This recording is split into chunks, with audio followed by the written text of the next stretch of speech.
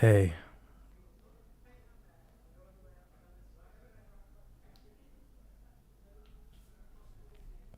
we made it.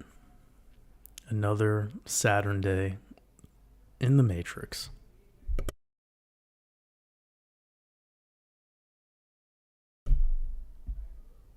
Let me know if you guys could hear me. Give this a thumbs up.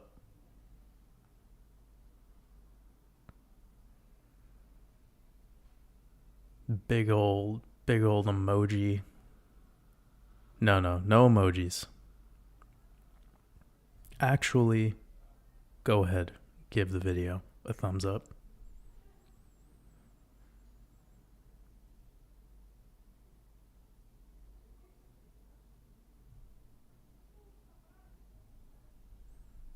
Got about 200 people hanging out with us.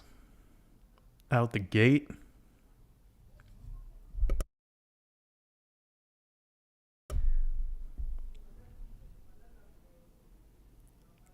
Carrie, much love over to Ireland. I would love to visit Ireland.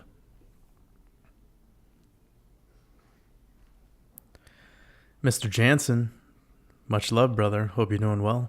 Appreciate you showing up today. Appreciate you helping out with moderation.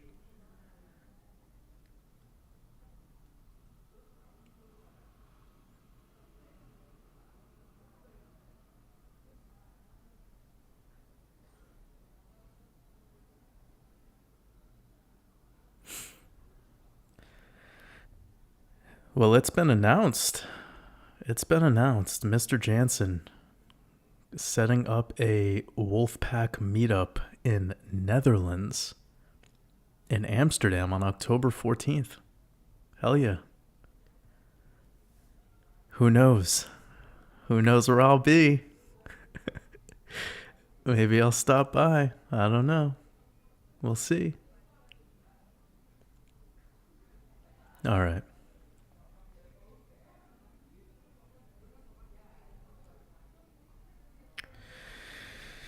Beautiful. Got about 300 people. Get this to 600-700 today.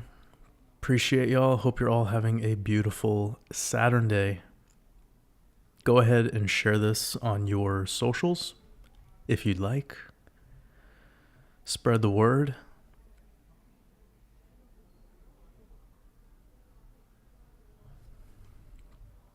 I'm drinking some chai tea right now.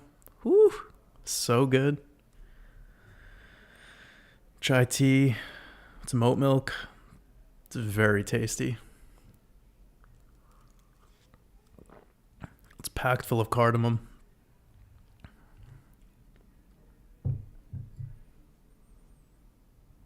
It was so good that like when I took the first sip, I was like, fuck, I wish I bought more. I wish I bought a bigger size. But you know how it goes.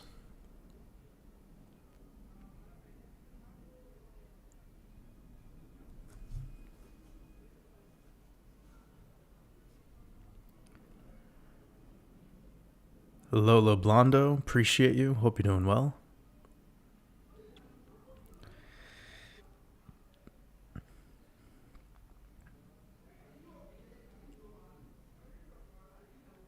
Yeah, Oriakis. I'm not sure if I pronounced that right, but I hope you're doing well. Sending you lots of love.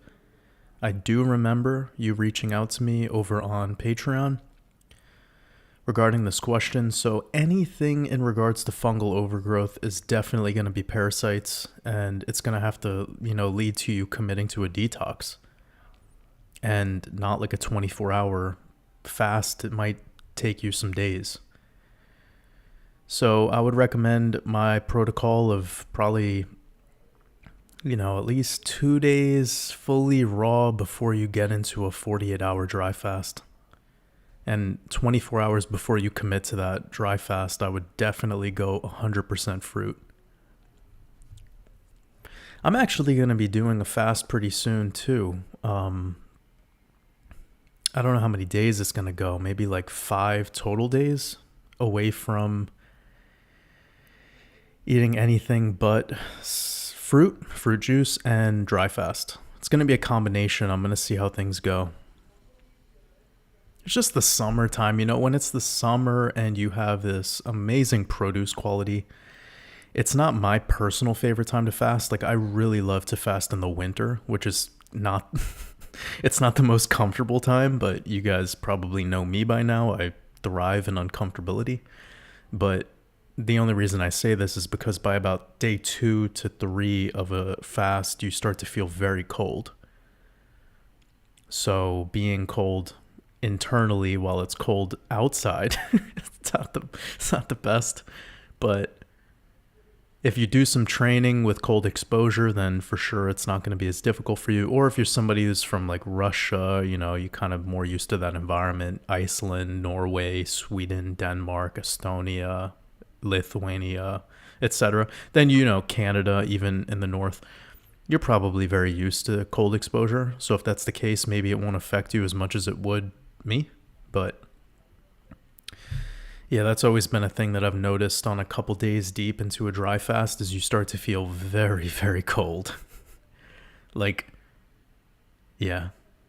For a good reason, though, because I don't know how deep we can get into this so early into this transmission, but when you're doing these deep fasts, they will definitely start to reset what's going on with your adrenals, with your parasympathetic, your nervous system, with all sorts of things going on in the body. And there'll definitely be adjustments in the way that you digest, in the way that you feel regards to cold and hot. Your hormones are going to start to get all out of whack for a moment because you're allowing that cycle to essentially have a moment to just be natural as opposed to what it's used to, which is being inundated with lots of cooked food and everything else that we do in our day-to-day life.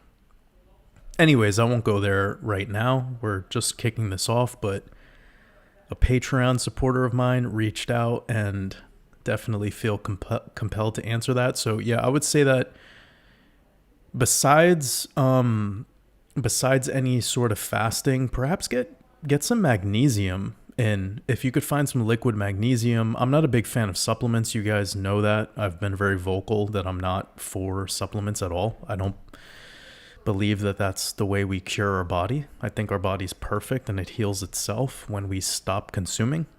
But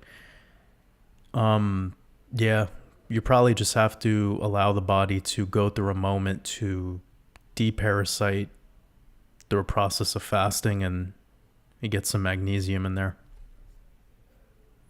And avoid really acidic food, try to avoid the fried food, dairy, flesh, anything that's, obviously carrying those parasites to begin with, which is flesh and animal byproducts. All right. Got about 300 people with us. I hope you guys are doing incredible. Welcome to the sauna stream, spice stream. It's July 29th, if you care. I said that right when I looked at 333 people hanging out.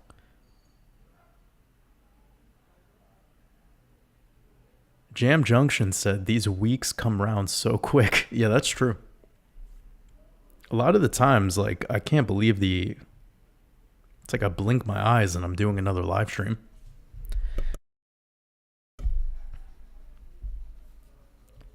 Much love to Sylvia. Much love to Eleonora. Fellow Dutch Wolf. Hope you're doing well.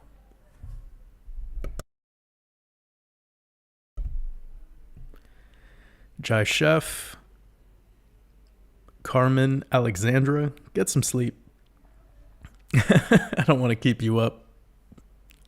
Much love to anyone out in Australia, New Zealand. I appreciate y'all staying up and hanging out during the stream. I know it's pretty late. It means a lot. Dustin, appreciate you. Scottoshi Brakamoto, appreciate you. Hope you're doing well.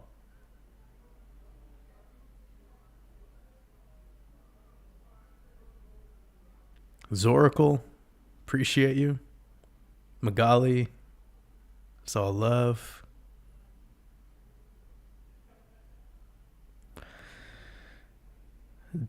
Dustin said Mitch McConnell couldn't handle the sound. What? Who's Mitch McConnell?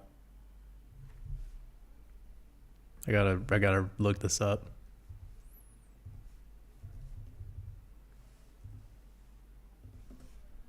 Bro, remember, I'm Patrick. Oh, yeah, this guy.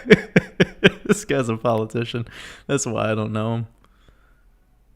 Yeah, dude, I don't waste my time with these guys.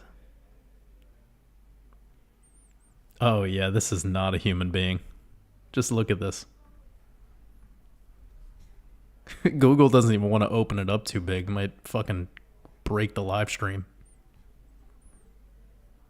Yes. I love when they do shots like this that like it's just the least flattering extreme close up. That's a frown. Oh no, that's the frown. Like when you have to teach a kid about emotions, this is what you show them what a frown is. You say it's this. This this is the best example. This is the firmament frown right here. Oh man, this guy's like a couple years away from his face sliding off of his skeleton.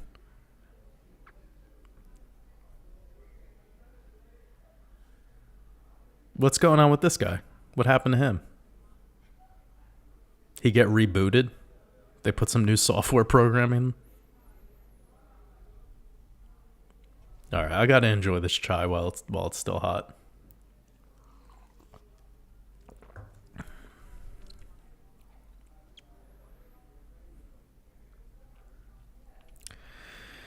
All right, that was fun.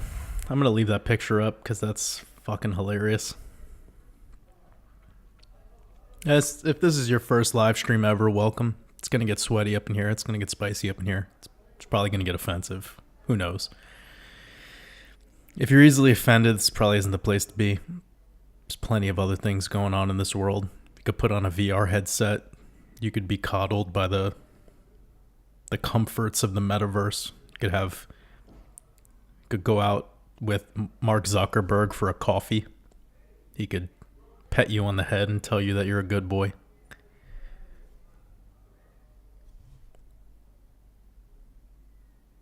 Sarah Lynn says also, Jordan, that relationship flow you went on last live stream was beautiful. That means a lot to me, Sarah. I've been actually having a ton of people reach out to me regarding things with relationships, and I feel very privileged and grateful that people care about what I have to offer in that field.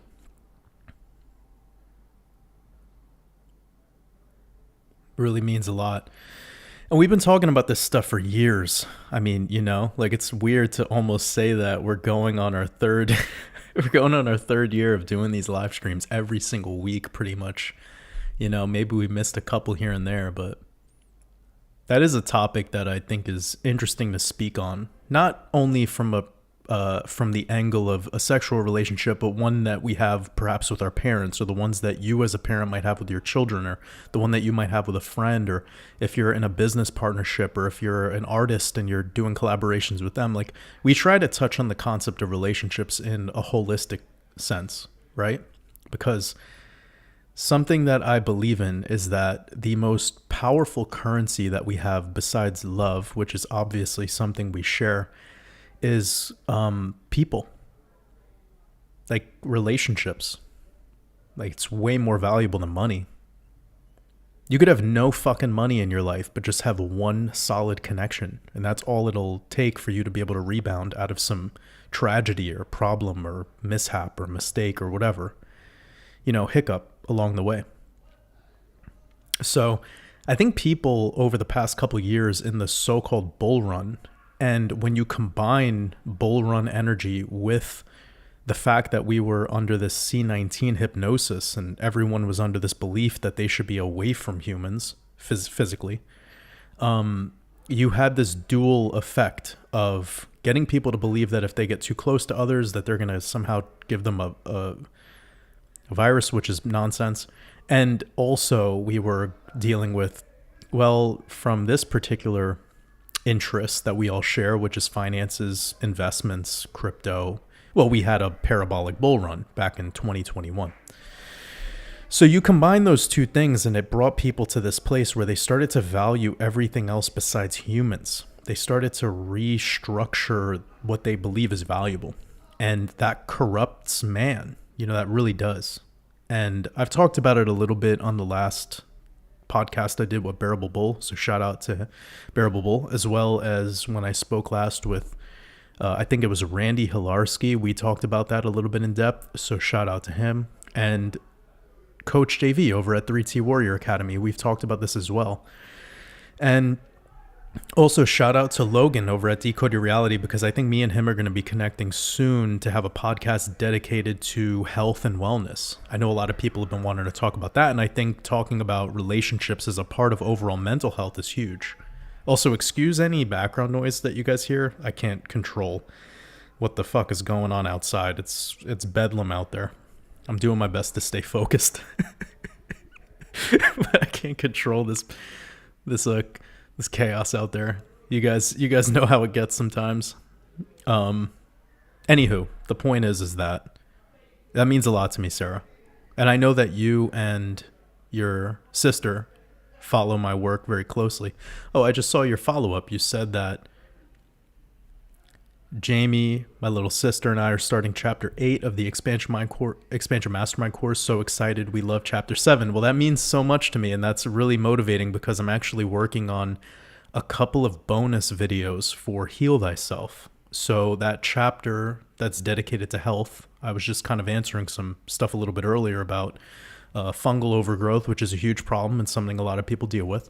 Well, that whole chapter is dedicated to the solution to a lot of stuff, not just that, but pretty much everything. It's very holistic. And I decided to add in some bonus videos based on frequently asked questions that I've received in these live streams and through communicating with private clients and one-on-one private coaching that I've done, etc. And it's just a whole, list of frequently asked questions that I'll be essentially answering inside of those bonus videos that I add to that expansion mastermind, as well as I'm in the process of finishing up the last chapter of that course. It's called Unity of Architects.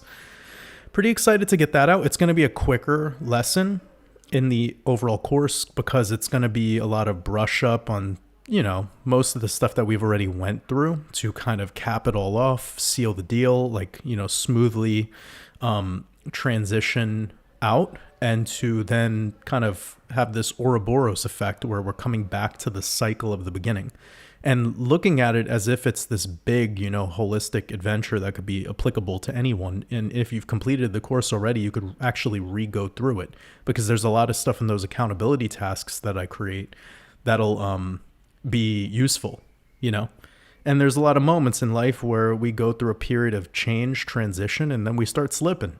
And then you could go back to the expansion mastermind when that comes. So what's really nice about my website and the way that I have the course loaded into it on the programs is that anyone who bought the expansion mastermind course in the past will be given access to those new videos I release without any necessary steps, any additional steps needed. It will just be loaded onto that course. I'll send out an email blast when that's all updated. I'm not putting a time on it. I want to give myself a couple weeks at least, but it should be very soon. And that content will be, that art will be added to it. So I appreciate everyone's support and anyone who's joining into that course recently or even now. That will be, again, it'll just be added to that course when it's ready. So really means a lot to me that course really, and what I'm talking about right now is my expansion mastermind course. It's not about crypto. It's not about finances. It's more about expanding consciousness. And I designed it as a step-by-step digital coaching course. So it almost feels like you're working directly with me. That's the way I designed it. So anyone that's taken the course, you could feel free to leave any of your thoughts here in the chat. about, how you felt going through it versus perhaps one of my other courses that I put out, because I really poured my heart and soul into this one, and I designed it in a way where I wanted it to be just like an unforgettable experience and quite a life-changing experience for many people. It blows my mind to this day, the reviews that I still receive on a daily basis of people that go through that course. And it's the people that are more attracted to what we're doing here in like the live streams, not necessarily what I talk about with investing. And another beautiful thing about it is when people go through the expansion mastermind, they noticed how much more they've leveled up in the game of finances. Like, it works in this beautiful way where, like, once you go through that material, you see that it makes you a much better investor. So that's actually the real important piece to it. And that's what motivated me the most to design it and to, share this with the world, because that was what allowed me to do what I did with investing.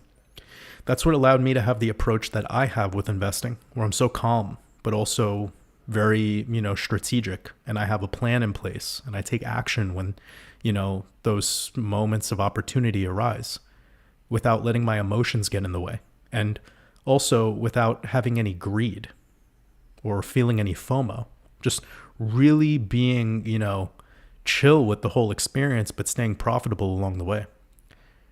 So means so much to me to hear that people that have gone through the expansion mastermind have become, much, much better at investing and overall with their financial acumen and their investment thesis, etc. It's really beautiful, because that's exactly what I wanted out of it. I wanted it to do exactly that.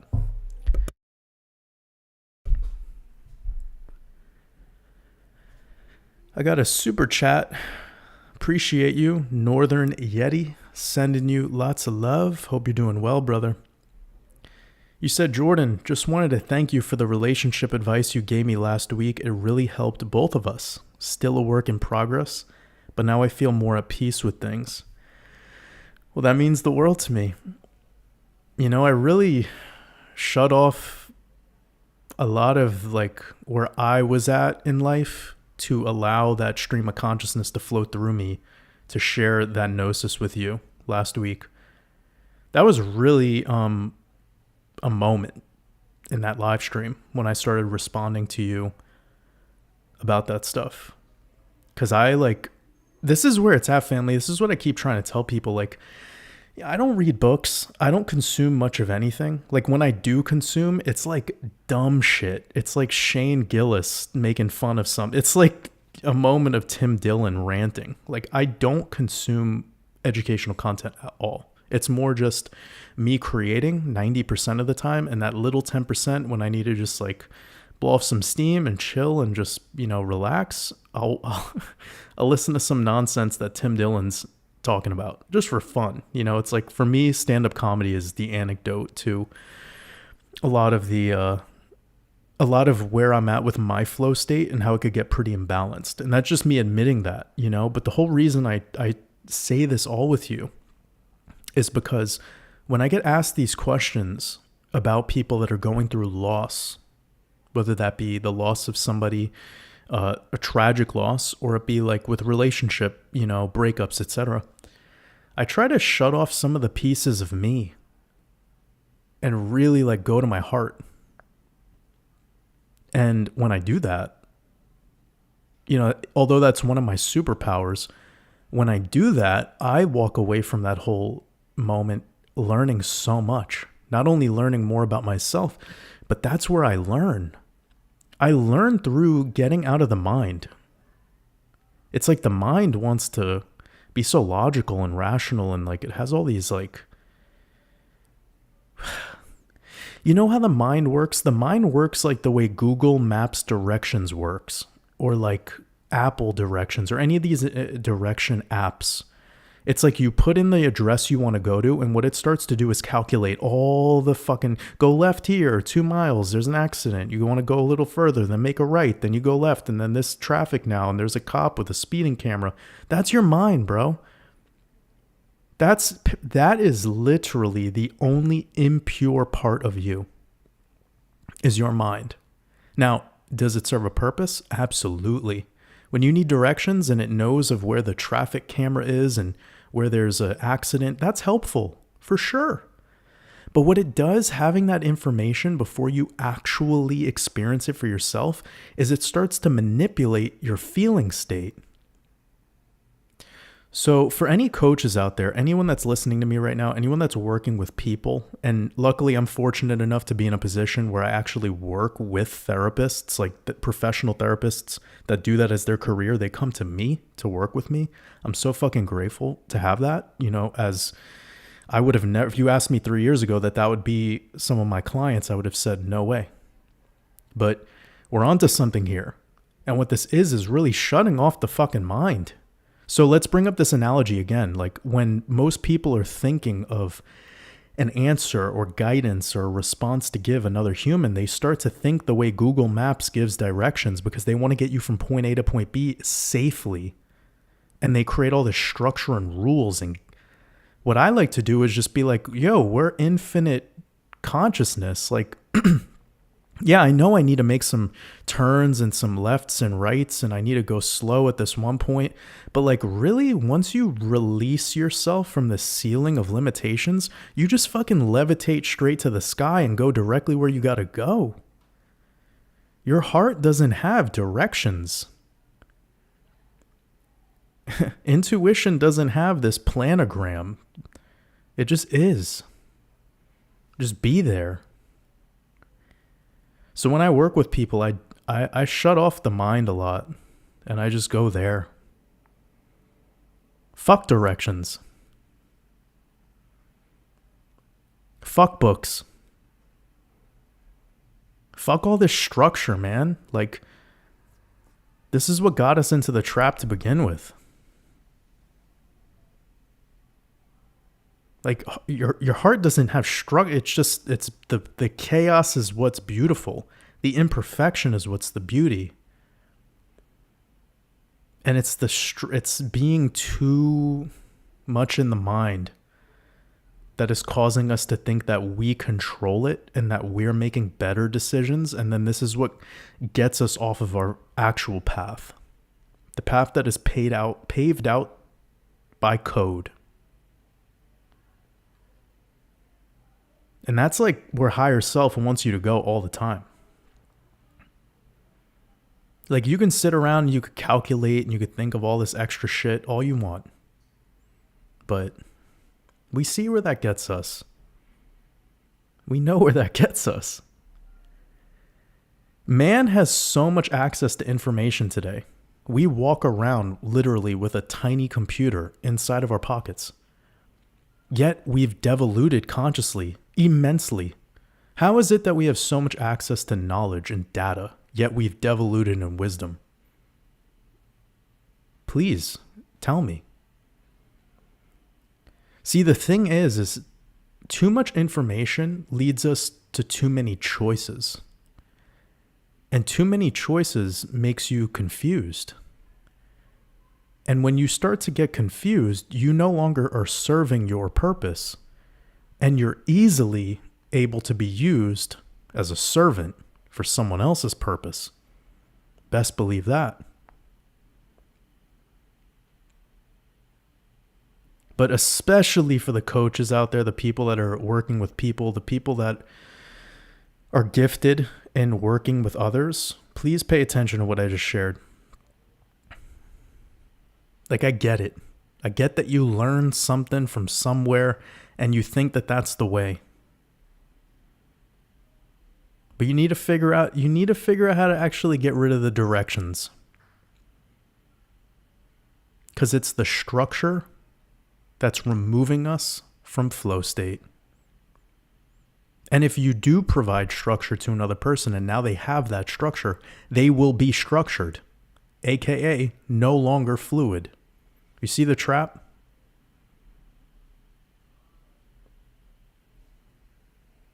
So we're doing something special here. It's not comfortable. It's confronting. But if you're willing to sweat, you see how good it feels once you've gotten used to it.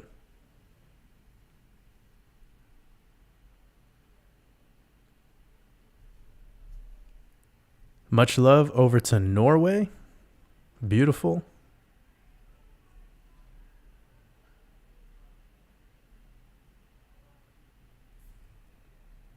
Jason W. Lewis, hope you're doing well, brother.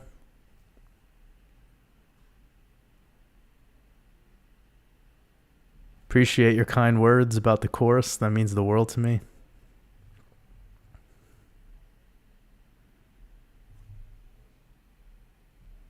ADW show, I appreciate you.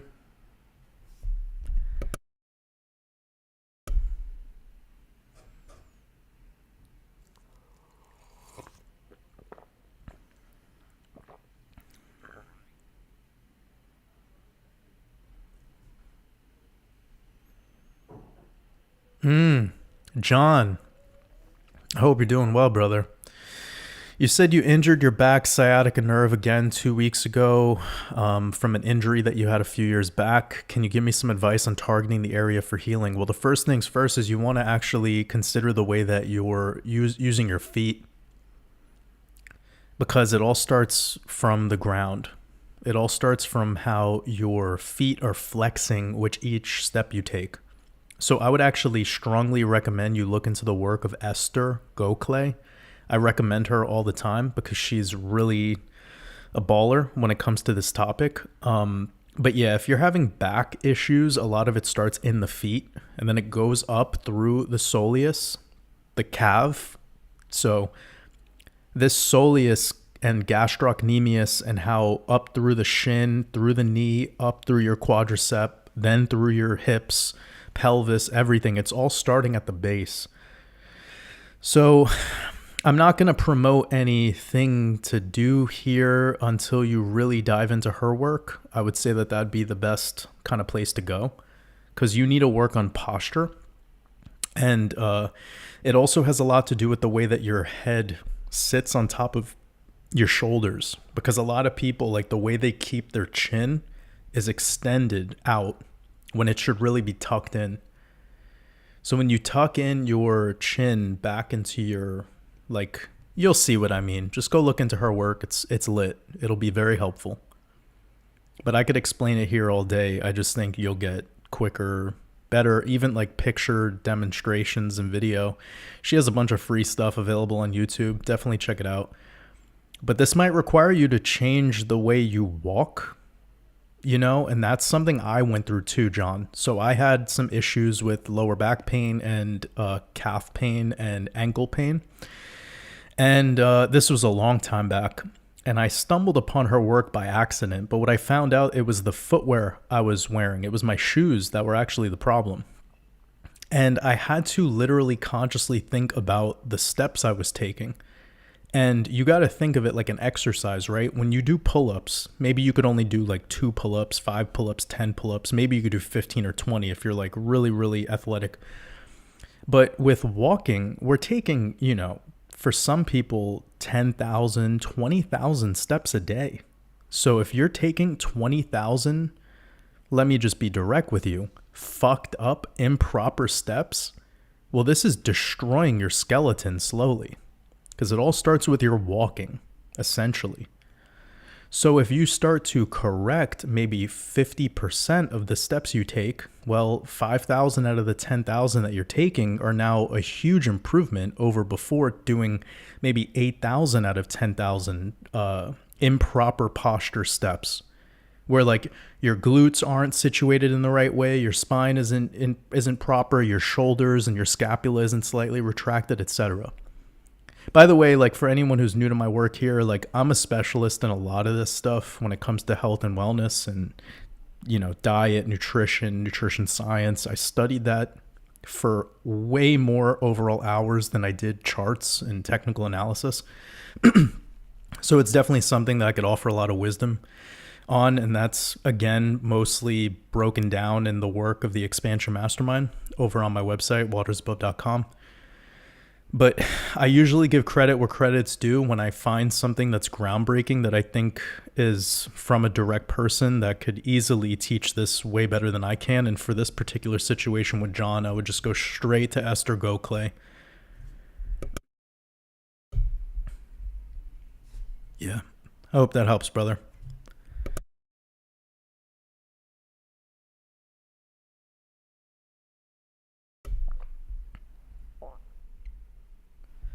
But yeah, to kind of summarize my experience with it, I started correcting my steps. And at first it felt very awkward. But, you know, you get a lot of practice in, because if you're like me and you're doing 15,000 maybe steps, especially back then where I was doing a lot of walking because of the jobs that I had and what was going on in my life at the time, totally allowed me to get a lot of practice. And after about a year, I had a new way of walking and it completely cured my problem. And now I don't have any calf issues. I don't have any issues with like the Achilles tendon or shin pain or any issues with like my toes being tight.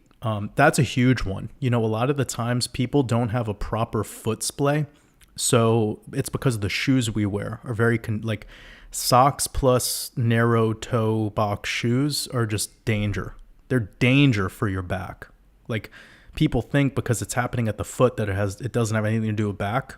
You know, remember, the body is an organism. The body is one unit.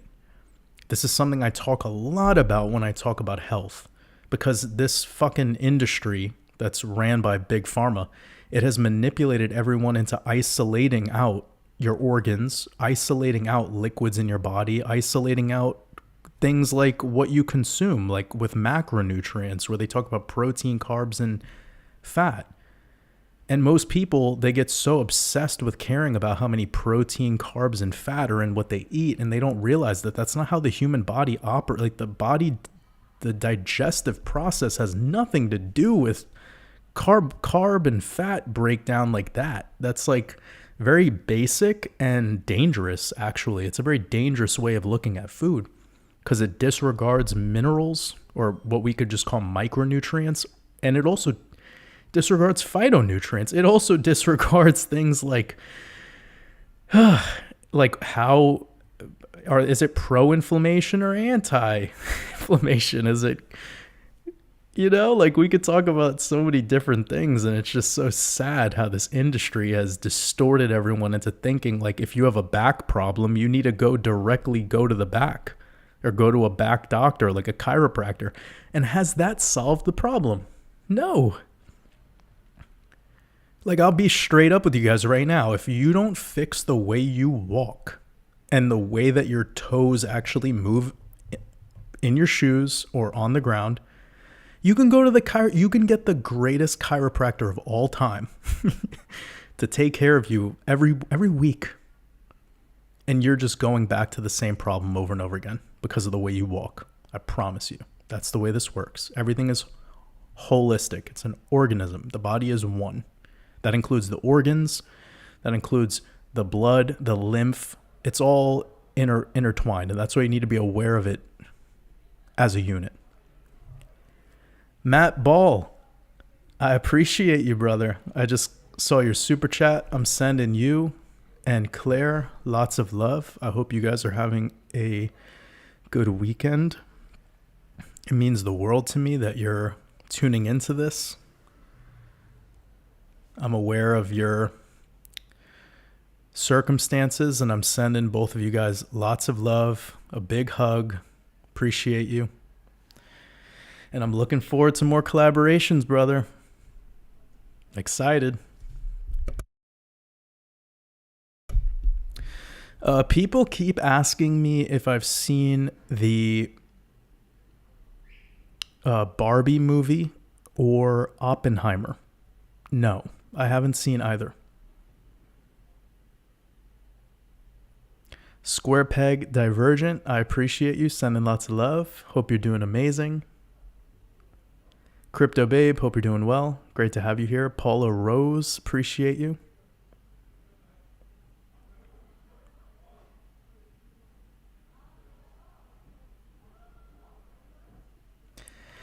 Blake's Odyssey, how's it going, brother? Hope you're doing well. Alyssa J said drink tons of water. In regards to some of the things about health, absolutely not. You do not want to be drinking a lot of water with any problem you have inside of your body, because all of that's doing is leaching out electrolytes and minerals, organic minerals. So unless you're specifically getting in distilled waters, I would really not take that particular advice. That's bad advice. You want to hold on to your liquid. This whole gallon a day of water shit is a scam. It's nonsense. It has nothing to do with longevity and effective hydration. To believe that you just drink pure water and you become hydrated is imbecilic at best, and it's one of the biggest scams that's been perpetuated by the industry. But Alyssa, I think you mean well. I'm not calling you out at all. I think that, you know, I get where you're going, and a lot of people believe this, and a lot of people mean well when they say this advice. But if anything, if that's in response to what we were talking before about parasites, that's more parasitic promoting. If people are just drinking tons of mineral water or tap water or filtered tap or reverse osmosis or whatever special machine they buy. If it's not distilled waters, it's going to keep the problem in you.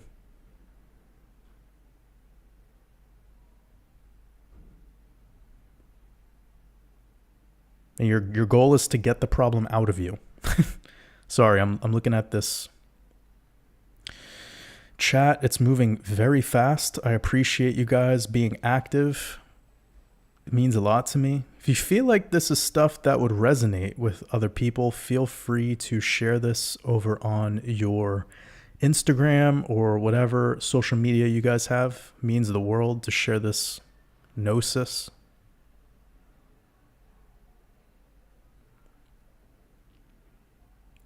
Mr. Origami, I appreciate your super chat. I appreciate any of the super chats that are coming in. I will get to them as soon as I can. So anyone who does any super chats, appreciate y'all. Be getting to those in the order that I receive them. Mr. Origami, I appreciate you supporting the art. You said, do you think the shapeshifters on airplanes are AI? What? You know, there's so much to say about this concept of shapeshifters. There's also a lot to say about AI. But when you ask specifically about this thing with airplanes, I believe you're talking about that woman that was like talking to that person and she was like, "You're not human." And it went viral. It's all over the place. I'm assuming that's where this is coming from. We talked about it we talked about it probably at least a month ago, I guess, whenever it happened initially. And I shared my thoughts on it. Needless to say, I have a theory that I kind of have a theory on this. That the best way to roll out lifelike clones that are 100% driven by some sort of software program, kind of like a walking, talking, believable, seemingly sentient robot, you know? I know we're kind of stumbling a little bit here, but this is an odd thing to speak on, you know? We could go deep, but it is a little bit awkward to share such an idea. And also, you guys know me by now. I try to not give too much of my prana to this stuff because it really, it's something that we all saw coming. We all knew how it would go down. It's just now we're living through it. And as we live through it, it's going to feel a little bit weird. And a lot of prana will go to it. And it's up to you to stay on your path, serve your purpose, and just play while everyone is stuck in a game. You know? It's not gameplay. It's that the masses have a game and you have play. So I think that it's important that we realize that there needs to be a strategy and a protocol to roll out this type of being, this almost robot-like, seemingly sentient, artificially intelligence-driven software bot. And if they're going to do that, wouldn't it be best to do it in public places such as transportation areas, such as planes? You have train stations. This is the best place to do it. Airports. Your next Uber driver could be a fucking bot. Why not? Right? Why not? Might as well be. No offense. No offense. I understand that Uber and Lyft and all of these gig work jobs are great opportunities for a lot of people, and I believe that they serve their purpose for a lot of people depending on their circumstances. But I'm just saying, if there's any job to have that type of being, wouldn't it be that job? Why was that created in the first place? It was created so that it would be partially ran by human for a moment, with the overall vision of it being ran by a robot in the future. That's the long game, right? That's part of Uber's business model. That's why Uber doesn't make a lot of profit, if they've even made any profit at all. I don't know exactly the ins and outs of their business model regarding profits, but I believe it's barely break even. Some of the things that I've looked into. A lot of these gig work platforms, they're not actually super profitable. What they are doing is building the infrastructure that will eventually be insanely profitable once they remove all the human gig workers. And we all know C-19, the pandemic, was to create an environment where everyone's removed from a normal job so that they need to take on gig work. So it's a chess game here that they're playing.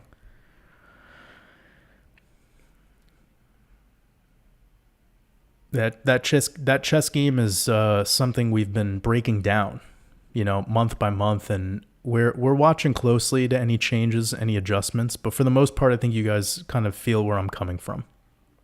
There needs to be some sort of protocol to lay this out without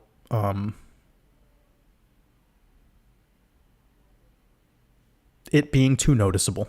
If it's too noticeable, it's too obvious, it's not going to work. So they need to do it in a way where it's like,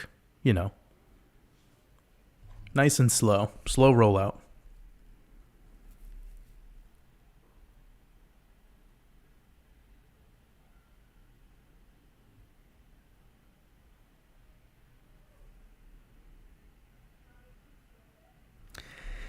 Owl Pacino said Mitch McConnell had a cognitive malfunction mid-speech. Yeah, let me see if I can look it up.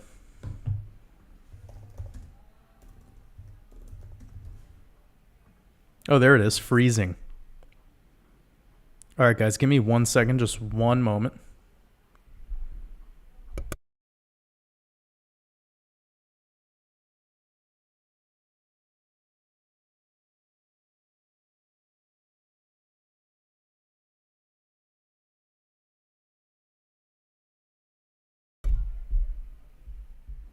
Got about 500 people with us. I hope you guys are doing incredible. Much love.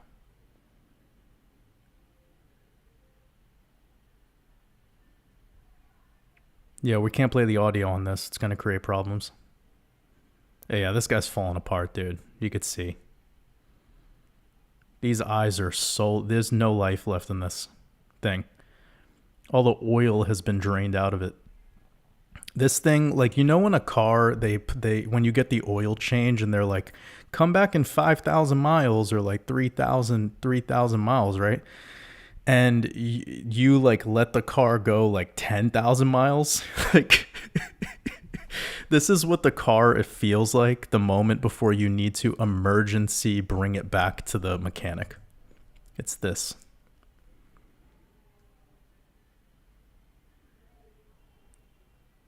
Yeah. He farted and then he shit himself and now he has to go away because he's like, I can't. Let's go back home, Grandpa. Yeah, they're like, we gotta stop this. We can't.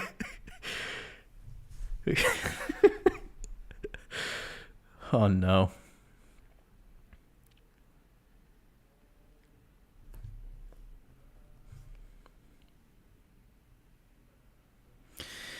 CC33, greetings to Croatia. Appreciate you. Inna Ash, sending you lots of love. Hope you're having a beautiful, beautiful weekend. It's great to have you here. Sacred Seed says, I'm working on chapter 5 of the expansion course. I absolutely love it. I'm so grateful to you. Thank you so much, WatersAbove. Thank you. That really means so much. I'm so glad you're enjoying it. Sending you lots of love. Rodney, love you too.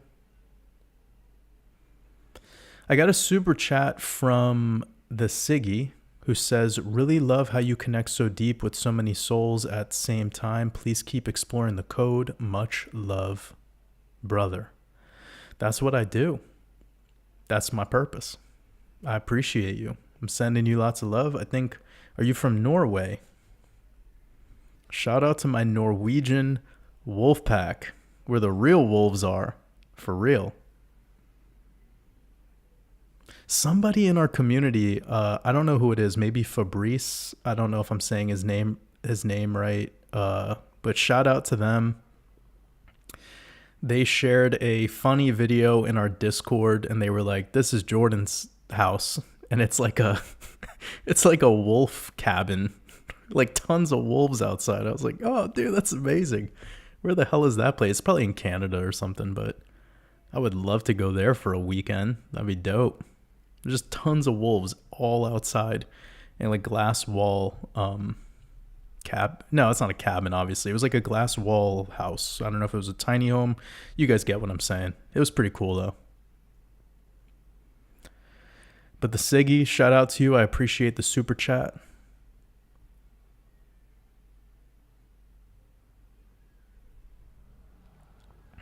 Oh, Shorely Fortress says, can you speak about how to control negative thoughts?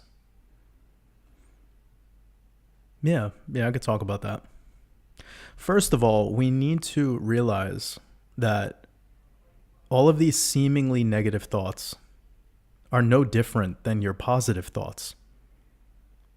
And we're just in this duality right now, because if you believe that these thoughts are negative, therefore you're categorizing them and you see them to have potential. And you're deciding to spell cast yourself into this belief that what you think therefore is negative. And you put your entire being in that frequency as you do that. So it's important to realize that we do this quite often, that we think that there's a good and a bad thought, when really it's not that simple. It's very circumstantial. Some of the thoughts that we think are bad are incredibly important given the circumstance. Like, I'll give an example. We all know that hurting another human being or murdering or doing some serious harm to another person is, we could just quickly categorize that as a negative thought, right? But let's just say in the moment we saw some adult man harming a child. In that circumstance, is it a bad thought for you to intervene by physically getting in the way to separate this man from this child? Is it negative there still? Or is it just in that circumstance, it serves its purpose? So again, we could play this game all day, and that's not what I'm here to do. But what I am here to do is make you realize that it's not even about it being negative or positive. It's that it needed to serve its purpose at that time. And a lot of the things that we think are negative are actually just things that aren't present. They're things that have to do with yesterday or things that have to do with tomorrow. You're anticipating. You're always in anticipation of the thing. So what I would say is get out of the thought altogether and go back to feeling. Ask yourself, how do these things that are rummaging through my mind make me feel? Am I feeling demotivated? Am I feeling inspired? Am I feeling lazy? Am I feeling like I want to take action? Am I feeling that I should do something that just perpetuates the problem or something that brings a solution to the problem? See, it's not the good thought that gives solution to the problem. It's the action you took in and of itself that's the solution. Because the thoughts are just thoughts. You're not getting shit done with thoughts. You're preparing with thoughts. You're creating the anticipation, for sure. But it has nothing to do with the cause and effect of the action you take and the vibrational frequency that reverberates back to you. So get out of the thought, because a lot of the time, that's always going to be seemingly negative if that's the vibrational frequency that you hold. If you hold a frequency of lack, you will be lack, and everything you think will have that essence. And that's a choice that you make. Sure, there's a system that has been set up like sort of a booby trap, but our heart and our access to intuition, which is through the divine ego, which is a very important part of us that's been demonized by Eastern spiritualism and academia for a very important reason, to fucking manipulate you. And once you realize the power and the strength of the ego being healed, therefore you get back to heart, which makes you take action in a ruthless manner that serves your purpose and it doesn't look back. It doesn't think of the idea of failure. It doesn't think of the idea of bad thought and good thought. It just thinks, I need to take action. I need to play while most people are stuck on the pause button. See, the reason why people have regrets is because their life is on infinite thought with pause button continuously being pressed. And they always wish they could undo. Because that's how social media and computers work. When you make a mistake on a computer, you can just backspace. When you make a mistake on whatever the fuck it is that you're working on on your iPad, you could just Control-Alt-Delete. You could just go back. You can't fucking go back on life. There is no go back. There is no take backs here. But if you keep taking action from thought continuously with this whole concept of anticipation, which builds expectation, good luck. Because you've completely removed the soul from all of it.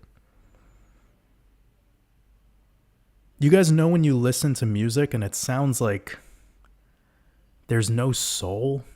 When you watch a movie or you look at people dance and you can just see that there's no soul, and then the beauty of there being soul is because there's imperfections, is because there's these little nuances of, that wasn't actually perfect. And it was through your desire of perfection that actually fucked you up in the first place. See, stop thriving for excellence, stop thriving for perfection, and start just doing and seeing how you feel as you do. And you'll notice that the feeling state of being in the process of doing is way more fucking rewarding than presenting something that is so-called perfect to the world. Because guess what? If you don't really think of what I just said and you go ahead and present something that's seemingly perfect to the world, your glass heart will be shattered when someone trolls you or when somebody's a hater. Because you won't build the thick skin. You won't have enough time sweating in this sauna with us. It's going to be too tough.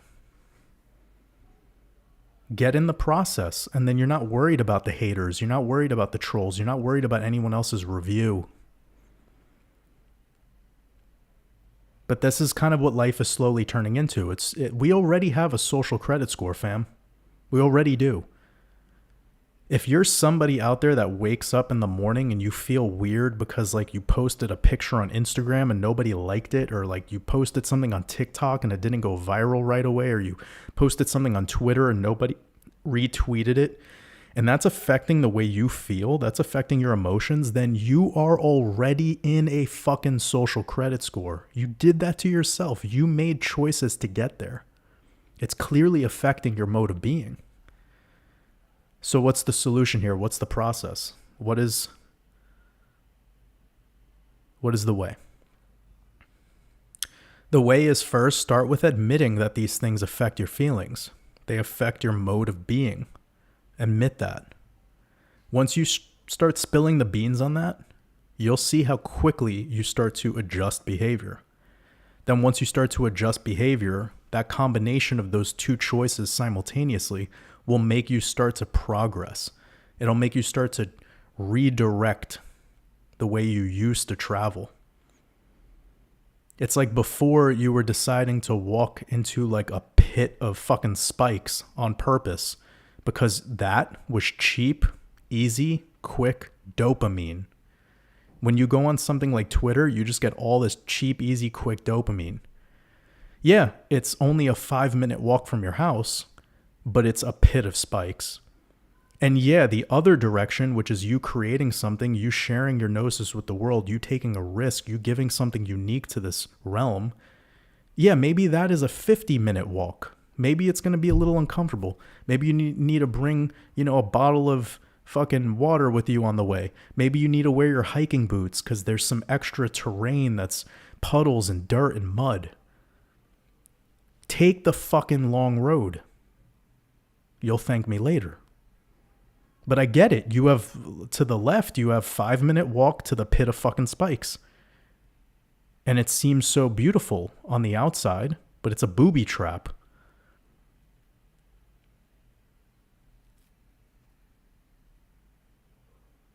Like, you know that it's a trap. You know.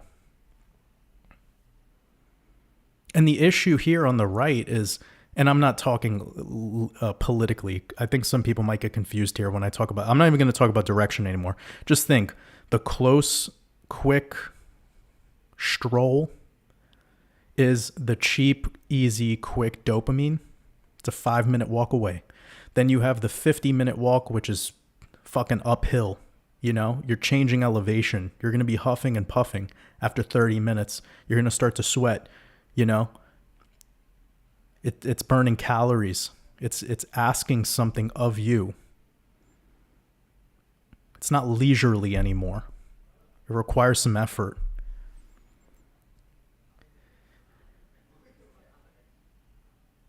But hey, when you arrive there, there's no trickery.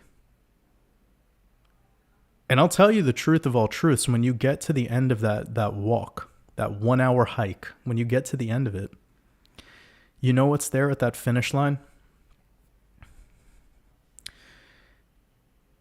It's the clearest mirror you've ever looked into.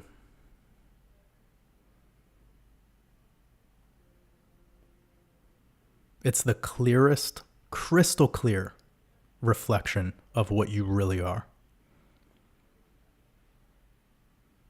And that's a gift. The 5-minute stroll, that quick walk into the pit of spikes, you'll never see a reflection in that because you've been hiding and numbing behind someone else's life that you live vicariously through. Other direction, that hike, 1 hour, you're sweaty, you're huffing and puffing. You think that you're going to see this beautiful view of the mountain and the canyon. You're not. All you'll see is the most beautiful, crystal clear reflection of yourself. And yeah, you're going to have scar tissue to show. You're going to have some bruises. You're going to have some dirt, under your nails. But you're going to fucking smile. You're going to be happy that you took that path. That's going to have a whole different walk back, let me tell you. That 5-minute stroll to the pit of TikTok, when you start walking back from that, you're going to feel like fucking shit. And what's even more fucked up? You're probably going to be like, well, it's just 5 minutes away. I could go back home, think about this a little bit, and then I could go back out in another 10 minutes. It's only 5 minutes away. Ooh. You see that? When you get back from that 1-hour hike and you turn around, you're going to feel complete. You're going to be like, yeah, that was fucking tough, but next week maybe I'll try that out again when I'm ready to go look at myself in the face again, when I'm ready to stop playing the victim, when I'm ready to start taking personal responsibility, when I'm ready to become self-reliant. That's the difference.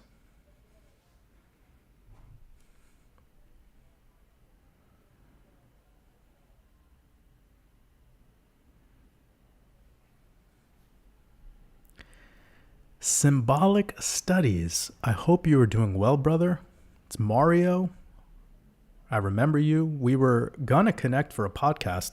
I would hope that we could still do that. So keep in touch in the future. I would love to connect with you because your work is fascinating.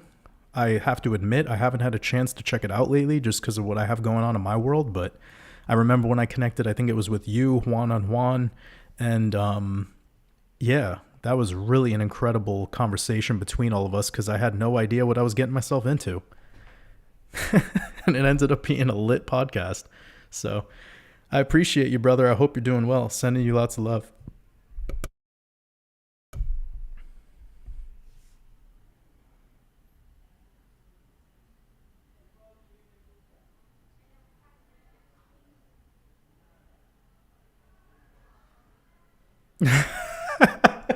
Yo, Cordy G.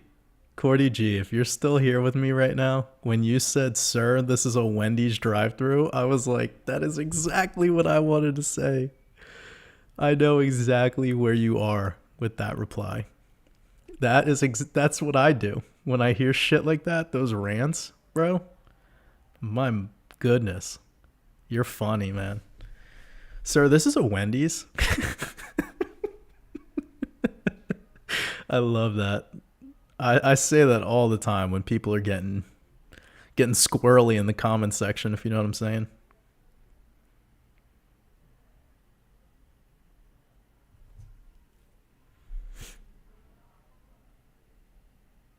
Naturalist PT said you've assisted in my letting go. That means a lot to me. I appreciate you. Much love.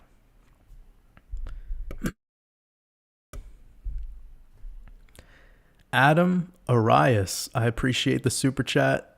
Sending lots of love over to you and your family.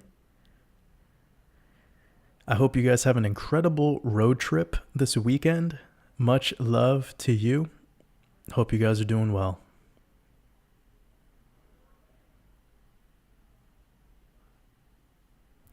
Steve says, what do you think about a 3-day water fast? Is dry fast better? How should I see it? Well, it's not really my favorite to talk about this better or worse. Like, it's all it's all circumstantial, Steve. I'm not entirely sure where you're at in your process. I'm not sure how long you've been eating the specific way you have. I don't know the style of your consumption regimen today. I try to stay away from using the word diet because it has die in it.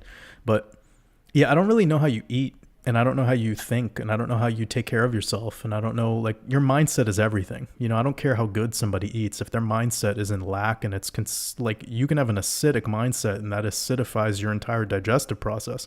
So yeah, I just don't know. So here's the thing, Steve. If somebody was trying to ask me about a protocol on an individual level, I wouldn't just bring up an arbitrary number like 3 days. I think that's nonsense to think that we should just go for a 3-day or 5-day or 7-day or whatever.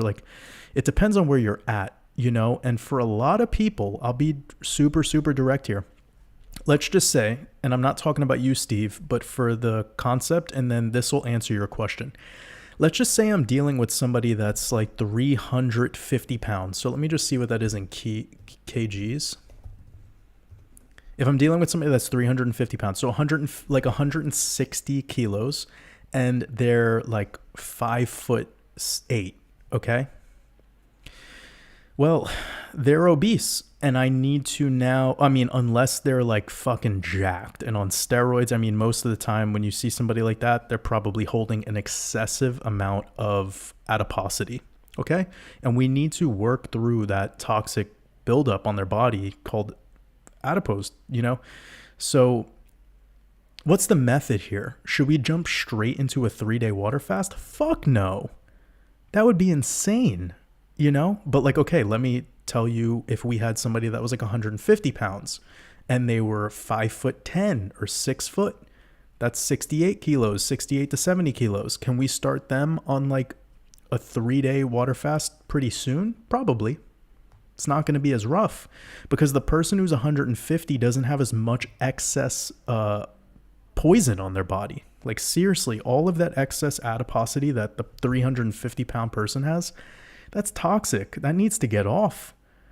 So you guys have learned about germ theory for the most part. You're pretty aware that when somebody is detoxing and they're a very toxic individual, this can have outburst of exosomes where it's going too quickly and they could literally die from the detoxification process. This happens after people get vaccinated, happens after people get any round of antibiotic shots of any sort, specifically because of the way syringes deal with the human organism.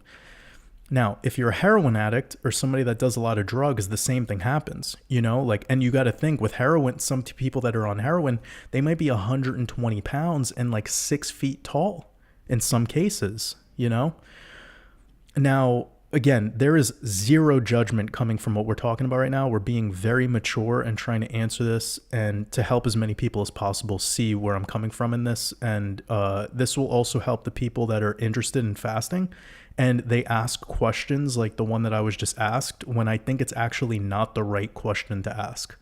So I always like to answer questions in this way because I'm a firm believer of asking effective questions, and learning how to ask better questions is going to make you much, much more profitable in life in all currencies, including money, but mostly in the currency of gnosis and knowledge.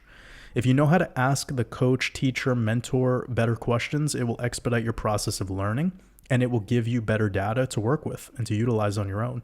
So coming back to this idea, like if we're working with somebody who's doing, they're like on fentanyl and they're 120 pounds and they're 6 feet tall, I can't put them on a fasting regimen right away. Like the amount of toxins in their body is insane. It's extreme. Like we're going to have to kind of ease them into this. So I would rather take that person who's obese or the person that's doing a lot of and I'll be direct with everyone right now, not to jump into too many angles, but somebody that's taking, 20 medications and they have type 2 diabetes, which basically means that their pancreas doesn't work. And that also means they're overweight. This is an overly medicated drug addict too.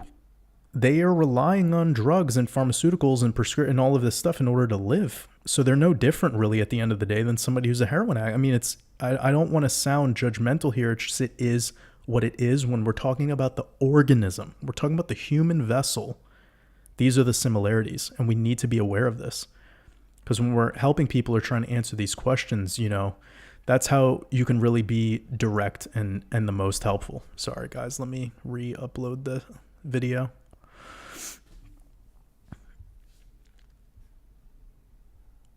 Apologies about that. Anyways, so getting back to the question, I'd personally rather do dry fasts. I'd rather do a 1-day dry fast than do a 3-day water fast. It's less on the body's on the kidneys, and I think it's better at healing the body overall because it's less, you do less and your body takes care of more behind the scenes. Like the less you choose to do, the more your body takes care of in the healing process behind the scenes. So I think that that's a simplified way to do it. Like instead of doing a 3-day straight water fast, I rather do every other day or every 3 days do a dry fast. So like Monday dry fast, Tuesday, Wednesday fruit only, Thursday dry fast, Friday, Saturday, Sunday as raw as you could possibly eat because you're trying to detox. At the end of that 7 days, I think you're going to make ton more progress on the lymphatic system and actually healing your body than doing the 3-day straight water fast and probably feeling like dog shit by day 2 because with all that water, you're just pissing out all your electrolytes and you're going to feel like you have a headache most of the time. You're not going to feel good. And if you don't feel good, you might break the fast earlier than you should have. And trust me, anyone who's had, oh my God, excuse me, there's this beeping noise outside. It's like, ugh. I'm trying so hard, guys. Like the fact that I've been able to stream like this long with that noise, it's fucking crazy. Okay, sorry. I'm trying to get on the rails here. Gotta get my bearings straight. It's fucking beep. I'm gonna take a sip of chai. You guys know I'm a real one. None of this shit is scripted. This is as live as it gets. Somebody shoot a rocket launcher at that car, please. I wish this like Grand Theft Auto was real for a moment. Remember that cheat code you put in fucking CJ just like gets a just some heat-seeking missiles. But anyways, seriously though, when it comes to fasting, I'm a big proponent of dry fasting. I'm not a huge fan of water fasting, but I don't think water fasts are bad, and I don't think that they're unnecessary. I believe they serve their purpose. I just, we need to know what we're working with here. Somebody that's like super like used to fasting and they know what it feels like to go through one of those horrendous headaches when you fast, and somebody that has experience with like colonics and enemas and they've done all of this shit. Well, them doing a 3-day water fast to them is like a maintenance protocol. Like it's chill, especially if they know how to do the water fast properly, which is with distilled, knowing how to use sodium bicarb. This is, again, guys, this is all stuff that I teach in the Expansion Mastermind course. So if you're interested in learning about fasting in any capacity, whether you're a complete beginner or you're intermediate, even for advanced people, I think this is going to be packed full of gnosis, because that's just one chapter. So if you're advanced in the health stuff, there's still going to be so much other material in this. So it's at WatersAbove.com and it's available here. And also anyone who is a Patreon supporter of mine gets 20% off. So they get the biggest discount available. And it's this chapter here called Heal Thyself.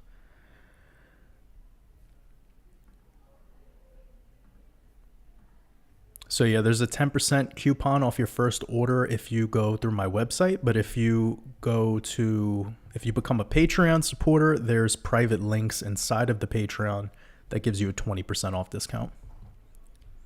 And as I said, I'm going to be adding in like 3 or 4 bonus videos to Heal Thyself soon.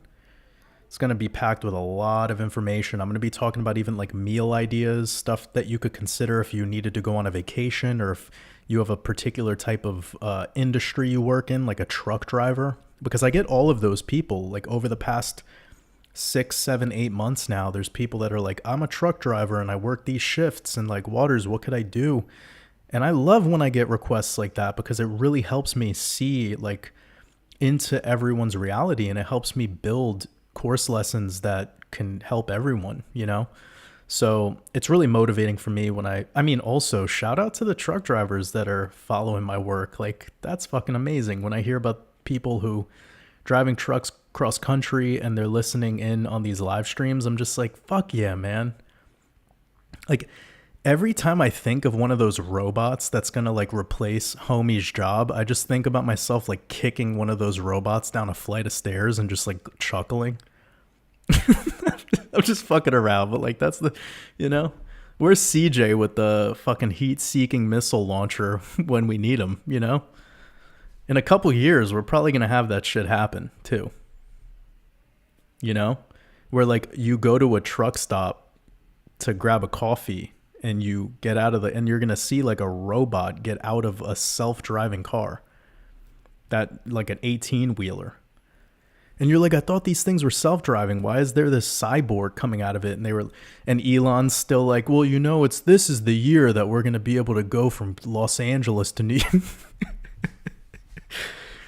1 year later, like in SpongeBob. It's like, just admit that you all got sold on this green agenda talking about saving the planet. So America gets to live a good quality of life, but you have children in Africa mining cobalt, like where their fingernails are liquefying off their fingers so that you can make batteries for these fucking stupid self-driving cars. Like solid theory.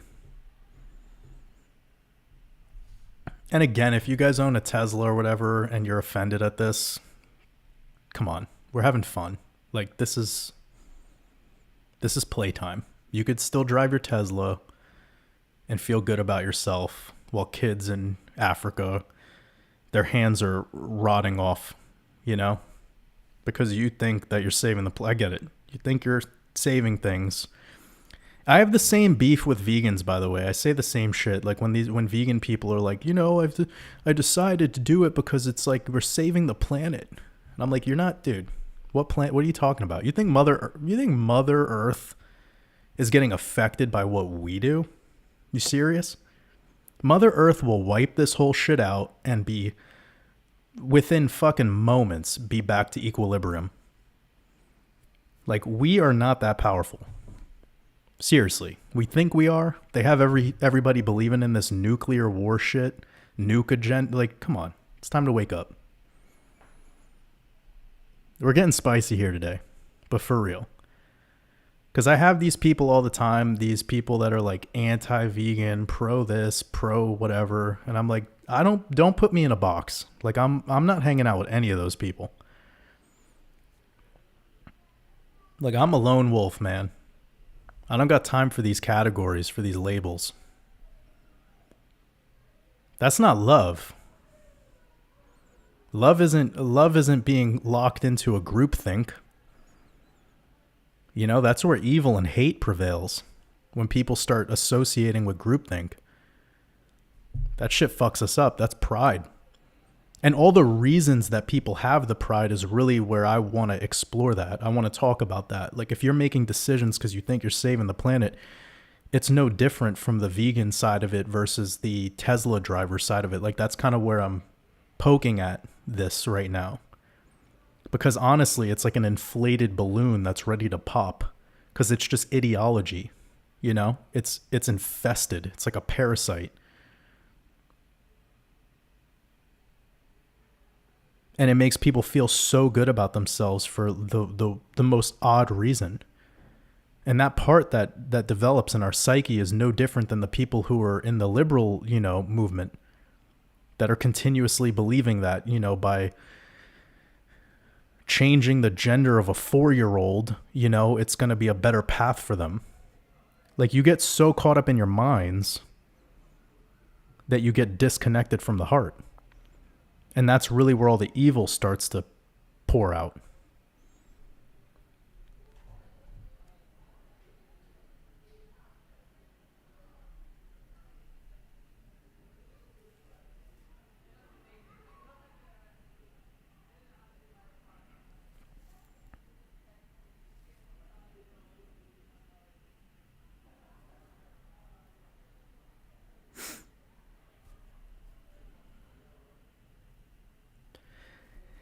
Decode your reality. It's great to have you here, brother. Sending you lots of love. I'm looking forward to our next podcast together.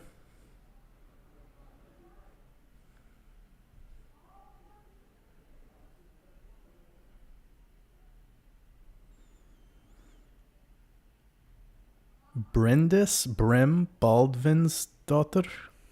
Oh, you're Icelandic. I don't know if I said your name right. But I'm pretty sure you're Icelandic, even though you have you have Norwegian currency. But that last name seems Icelandic. Yo, shout out to Scandinavia. We got the Scandinavian wolf pack up in here today. I appreciate y'all. You said, what are your thoughts about poison in everyday products and food? Well, yeah, it's a thing. I mean, what angle do you want to come from on this, though? Because that's a vast topic. You can't really escape it. Whether you think you're eating organic food or not, like, there's planes flying over all day, spewing out barium, aluminum, strontium, and that's stratospheric aerosol injections, and that's going on every fucking corner of this earth.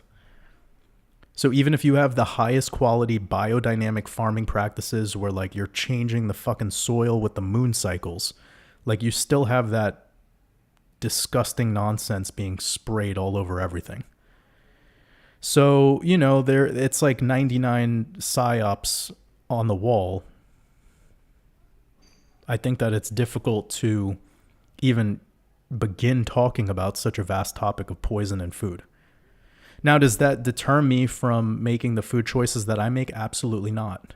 I don't get caught up in all this organic shit and all this, because that's just a certification at the end of the day. Yo, this is going to be one of the most uncomfortable live streams of all time, probably. Because I'm just going in right now with all of this.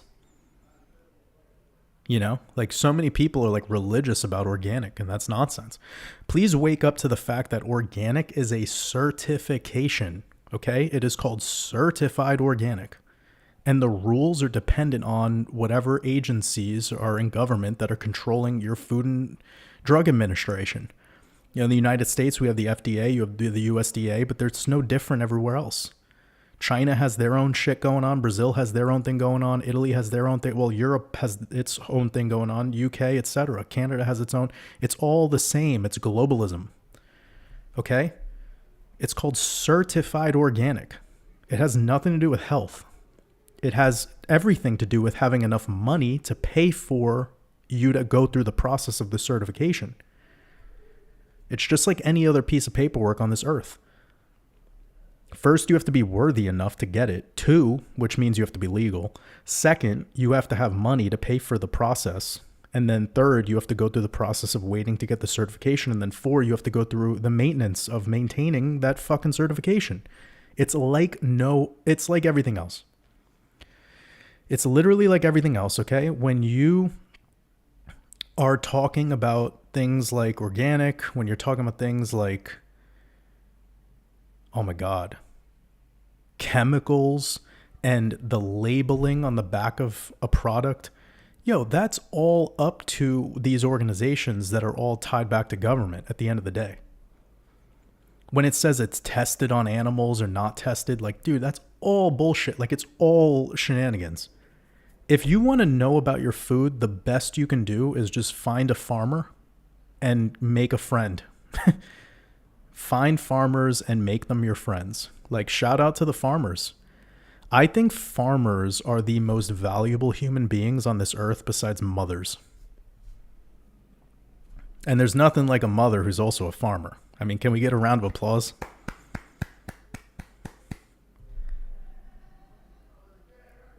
But like, that's who we should be worshiping and honoring, except we're worshiping like Dua Lipa and fucking Margot Robbie. Like, this is the people we worship.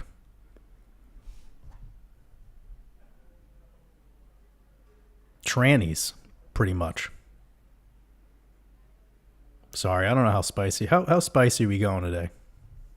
Like Carolina Reaper? But yeah, Brindis, the idea behind poison and food, I mean, it's inevitable. Like, it really just is. This is why it's important for us to consider having a detox protocol in place on a more regular basis. Perhaps we could consider having a detox we do once a month. Some people do it every quarter. It depends on where you're at with things. But I would consider definitely making that part of your regimen. And then other things like cold exposure, sauna, cold plunges, I think is a great way to do the cold exposure. Different types of sauna. I think those are great things. Really putting your respiratory system to work. So like, do difficult shit, run really fast, jump rope, like do something that makes you huff and puff. Get the lymph moving, Then you don't have to burden your mind with all the poison and the food and the certifications and the organic and the this and the that, And if you're somebody who really cares about all this, then become a farmer yourself. Like, if people are worried about the food system, then create a garden. Make your own food. Well, be a part of the process of Mother Nature. Be a steward of the land.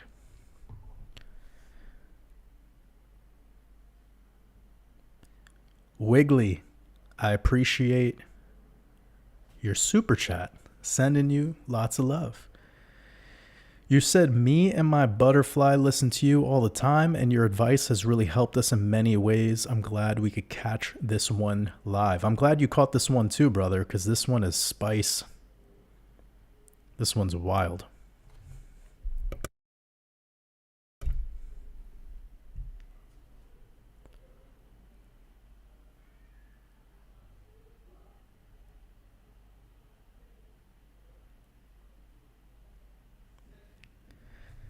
But I appreciate you. I appreciate your support. Really means the world to me.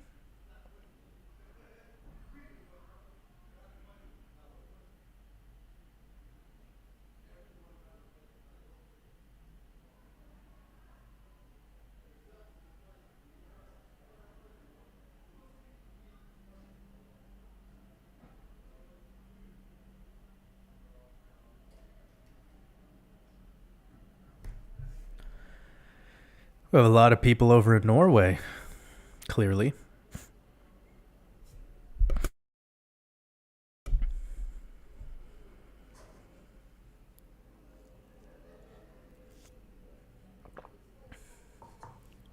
The ADW show said the stuff you say sometimes. Yeah, we have to have fun. Like, we have to. You know, there's moments where we could get serious, but like really there's nothing better than a good old laugh. Right? There's nothing better.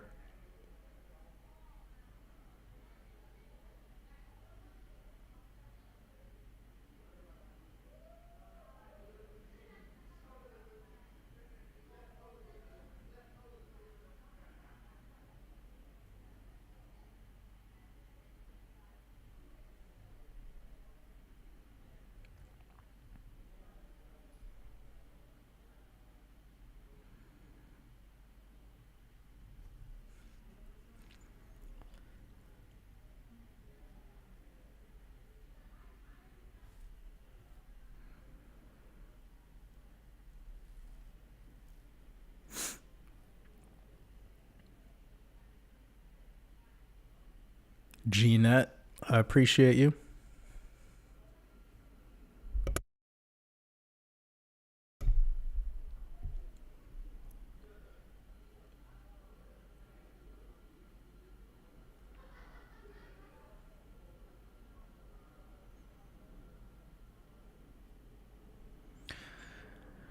All right, we got a spicy question from Liberty or Death, who says, I have a question that I believe most married men can relate. How do I get my wife to want to have more sex with me? Not sure if you have any insight on that topic. Well, here's the thing, Liberty or Death. If you're lacking spice in your love life, well, you need to address that soon, because that's probably the number one reason why relationships fall apart outside of money. So outside of money problems, and this is really important that we bring this up because this is a problem for a lot of people, okay? Word of wisdom part 1. Money only solves money problems, but it tends to be the number one factor in why a lot of relationships have some acidity. All right, things start to get a little acidic in relationships if there's money problems. But if we've surpassed the money issues and that's cured, the next thing would be sex. That's the next big thing. So this is a lack of stimuli on either part. And it's important that you either, well, I'll just put it straight on you, okay? Because as the man, you need to start being more vulnerable. Like straight up. Be more vulnerable so she feels more open and she feels more safe. But also you need her to, like, I know this is kind of going to feel embarrassing for a moment, but like you need to make her feel sexy. Because as women, like, are in their minds as much as you as a man are in your mind, that's going to be one of the things that gets in the way. So you need to make her feel like she's wanted, okay? You got to put in more work here, brother. So that's really it. You need to make yourself more vulnerable. You need to make her feel more comfortable with you. And you could usually do that by making her feel like she's wanted more. And I'm not just saying sexually. I mean, show her that you want her more intellectually, spiritually, consciously. Show her that you want her more as a fucking soul. Show her that you want her more as a soul. And then everything else will start to fall into place. Because if it only becomes sexual and you only want each other sexually, then that's going to make everything else rot away. So, words of wisdom there. First things first is a lot of people are going through this problem. That's why I don't mind addressing this. It's not awkward for me to talk about at all. I think it's a very important thing to talk about. But if she doesn't feel her soul is desired, then she's not going to want to share her body with you. So just think about that. You know, when you finish up with today's live stream, I want you to really meditate on these words. And when you go back to her, you know, it's up to you to take action. And don't wait till you're fucking in bed. Like, don't wait. Sorry, I shouldn't have said. Don't wait until you're in bed to do what I'm saying. Like, this starts, brother, listen very carefully to me. You know where this starts? This starts in the morning time. When you wake up, I don't care what the fuck you have going on. I don't care if you have, like, you're making a smoothie and making a coffee at the same time while walking a dog and changing your children's diapers, okay? I don't even care if you're doing 17 things at once, all right? Pause everything for her. And I want you to really sit into grace. You really want to sit into grace. Be grateful for the fact that you even have a partner. Be grateful for the fact that you even have a woman in your life. Because this is what will adjust the way you treat her. You need to become more grateful for her. And then this will adjust the way you treat her. And then you will start treating her like you really are about her. And it's not all about you and your desires. Because that's kind of where this question seems like it was designed, right? We could be honest here. It's probably the best response I could give. And much love. And I want you and your partner to heal this. I think it's important. This is like such an important thing. And we need to all talk about this more and be open to talk about it. Appreciate you. Much love.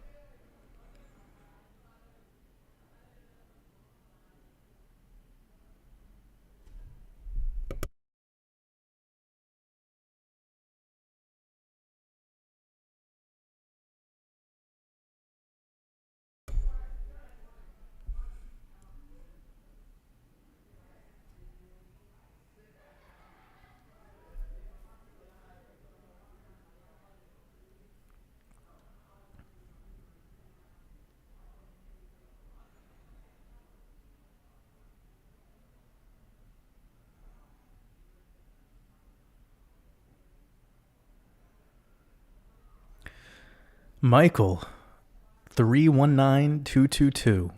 You got a black pill. That's what's up. I appreciate you. Appreciate you being a long-time YouTube member. And I also appreciate your super chat.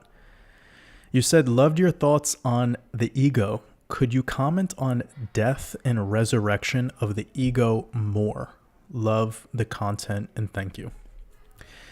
Well, that's really it. You know, the ego being healed is legitimately the phoenix rising from the ashes. And some people talk about this from the lens of the Hermetics, which is about the fasting period where the moon is in your sun sign at birth every month. And if you abstain from sexual release, consuming food, alcohol, typically for those 3 days, it is going through the process of kind of like a Kundalini awakening, if you will.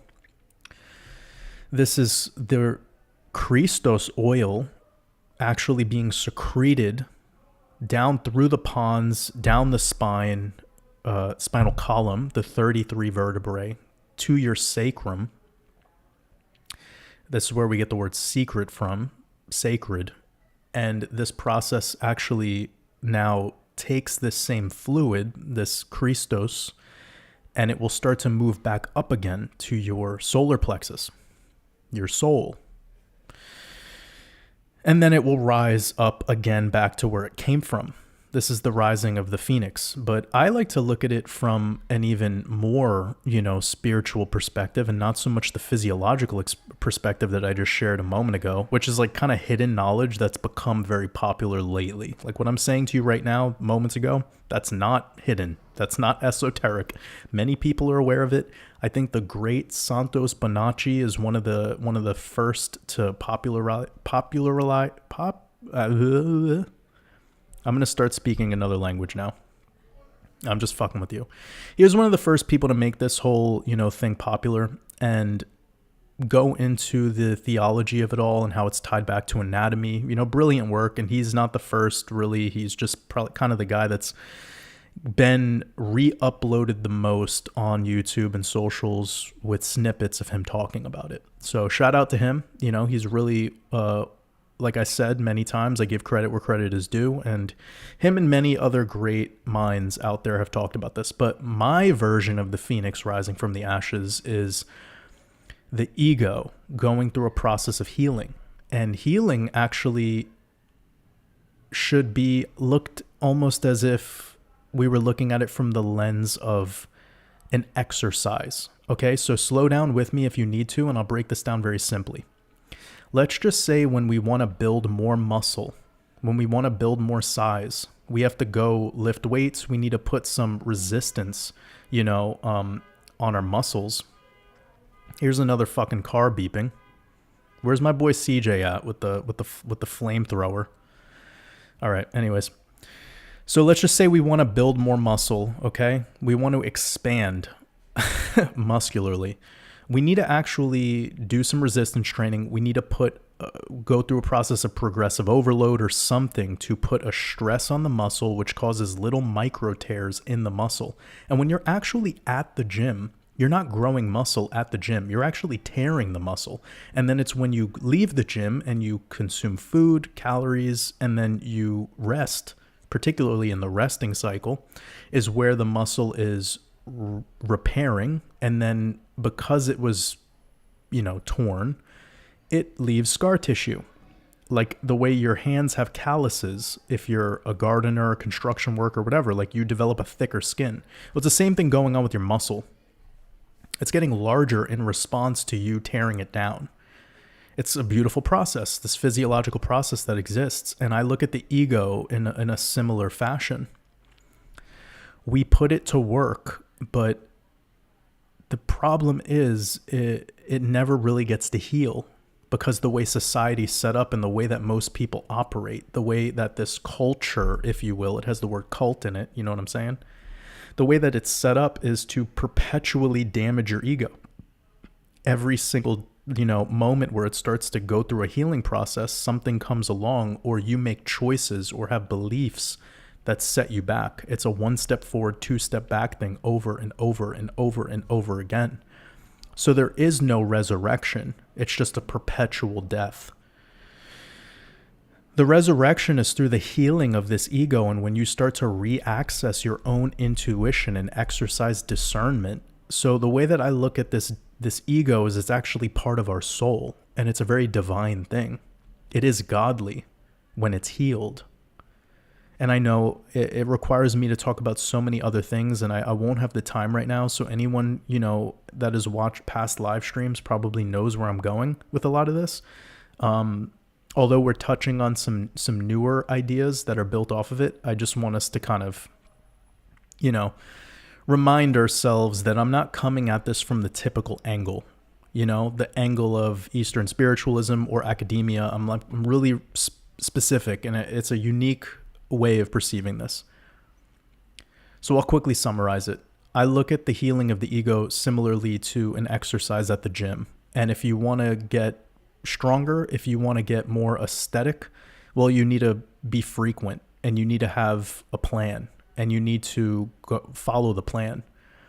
And in life, the same lackadaisical attitude that we have towards everything is very similar to the process of healing our ego, which makes us rarely intuitive.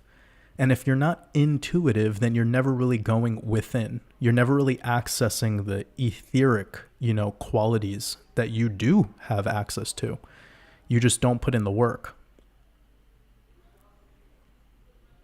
So we're born into this world, and in the beginning, the ego is being, slashed with a sword by everything, by the hospital, by the fucking, you getting a birth certificate and having a number attached onto you, poison thrown in your eyes. Like if you're a man, the tip of your dick cut off, like you're vaccinated, like everything off the bat is to fuck you up and to have you severed from your intuition.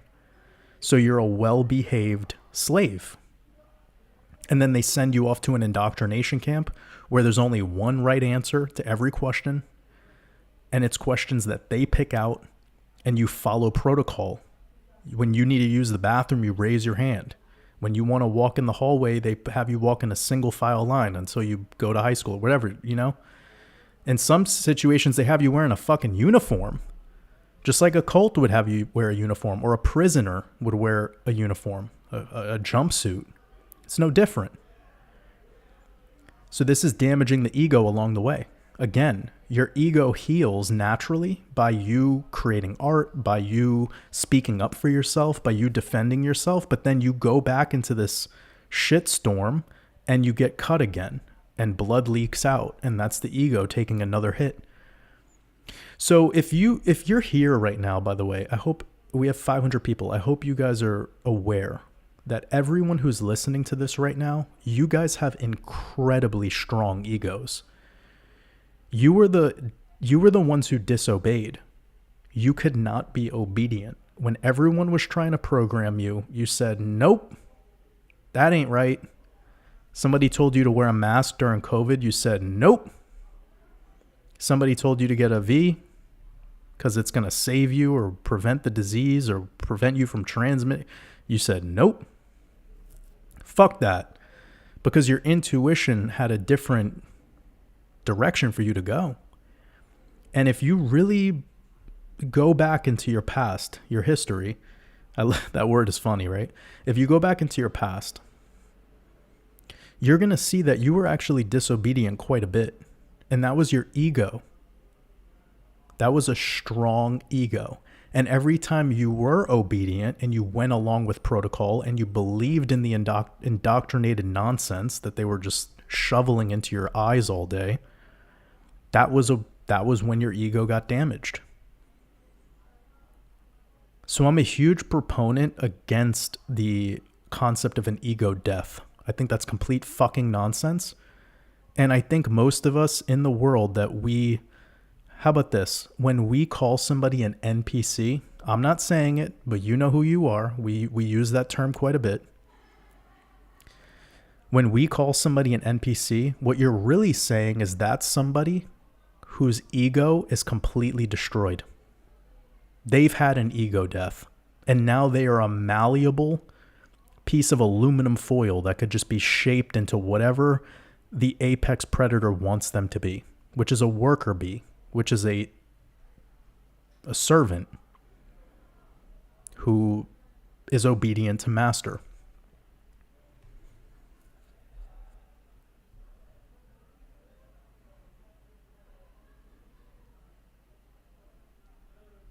That's it.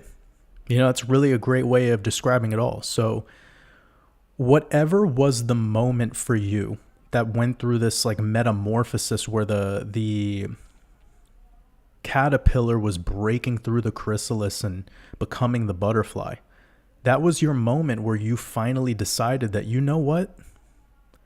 I believe in myself. I believe in my truth. I believe in my intuition as source. And that sits better with me than this idea that I should externalize all my belief to a bunch of specialists and a bunch of so-called professionals and a bunch of people that say they care about me, but really the only time they care about me is when I'm handing over my wallet to them.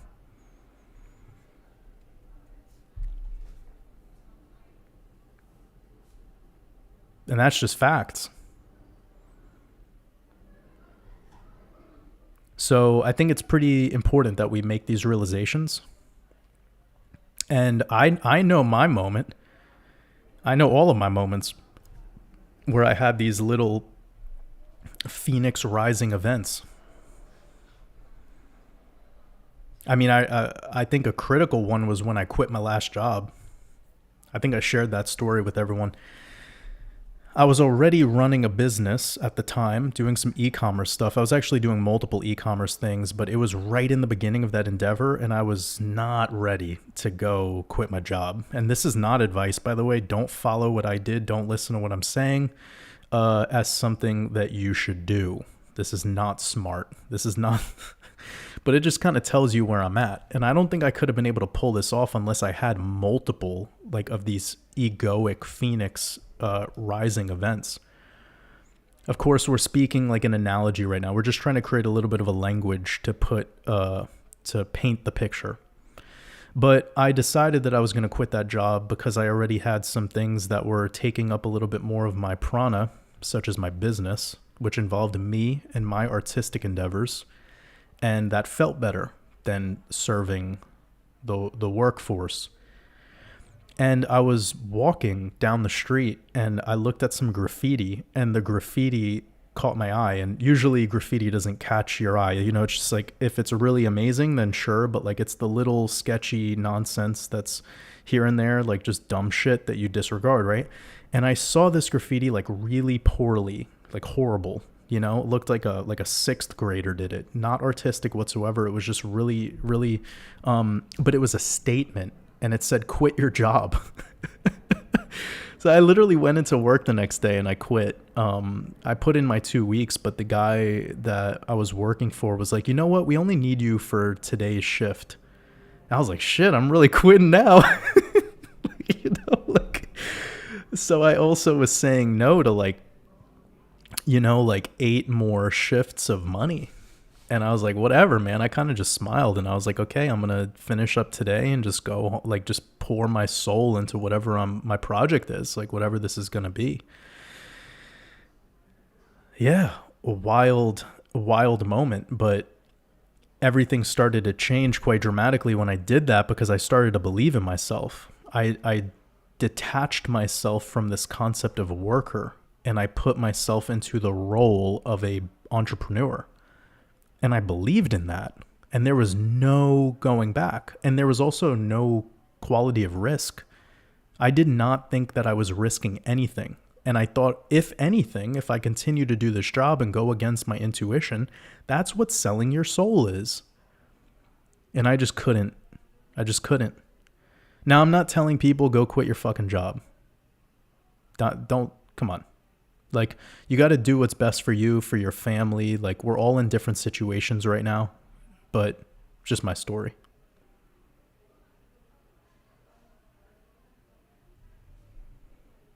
Sugar Skull, sending love to you and your partner. Much love.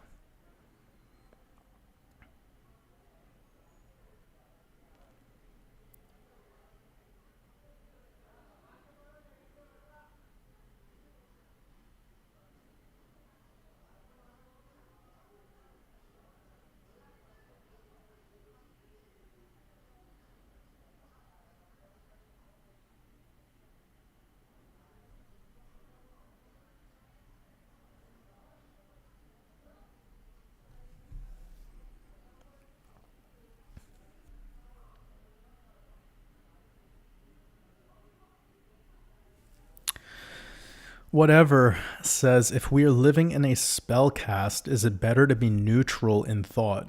Yeah, being neutral is allowing you to see both sides as it is. When you're on one side, you're only able to see the grass on the other side, you know? And sometimes we never want to look down at our own feet and be grateful that there's fucking grass underneath our feet. You know, we're always talking about it being greener on the other side, but we don't even, that's because you can't be grateful for what you have. But if you just become the angel on the sidelines, you'd start to see everything from a different perspective. You know, this is why the falcon, the hawk, which is Horus or Ra or whatever, it's all very shared, by the way. Even Mercury, the eagle, you know, the symbolism is shared across the board. So don't get it twisted. You know, it's more alike than it is different. But my point here is that when you become the eagle, when you become the hawk, you have that bird's eye view. Bird eye is the third eye. You start to see things from that above perspective, and it allows you to calculate in a different fashion. It also is a different form of travel altogether. You know, before when this was really early on in the live stream, but we were talking about how the mind thinks almost the same way like directions on your phone are given to you when you type in a location you want to go, you know? Like you say that you want to go to the restaurant, and then it calculates how many minutes away you are from the place, and then it'll tell you the path that you need to go. And if there's any disturbances along the way, it'll redirect the route, etc. And you know all this before you even get in the fucking car. Like that's what the mind does all the time. It's just always calculating. It is in analysis, and it's anticipatory, and it has expectations accordingly. So that has nothing to do with the heart. That's like a completely different language of you being actually present. And now, am I saying that the directions on the phone aren't helpful? Absolutely not. They serve a purpose, of course. But it's the same idea when we're going through analyzing how to take action in the moment or how to deal with a circumstance. If you're trapped in duality consciousness, well, you're always going to be disappointed. And you only feel like the winner momentarily when your team is winning. But then when your so-called team loses, now you have to lose with them, even though you didn't take part in it. We see this shit happen all the time. Like the people who literally watch sports and are screaming at the TV being like, my team is losing. It's like, bro, you're on the couch right now, dog. You're eating nachos. Like you're not playing anything. You're playing the fucking remote controller. That's what you're playing. What do you mean, my team? What involvement did you have here? Were you sitting with like the offensive coordinator, like talking to the fucking striker, being like, yeah, well, you know, you're going to have to, when this moment comes up, make sure that you're just sitting around staring at a screen, bro. Stop this, my team shit. But it's the same thing in finances, right? Like when you're on the cult of XRP and we're in a bull run, you feel like you're winning. And then when you're still in the cult of XRP during a bear market, you feel like you're losing. Even though you didn't create the token, you don't work for Ripple, you're not a programmer, you have no idea the machinations of blockchain technology or how the banking system actually operates. You don't know anything. You're just a side player. You're like on this tip that you somehow are an involved, main character. And this is the cross you bear when you're not a creative person, when you don't create. And you also pick teams. This is not a safe place to be, family. This is a very dangerous place.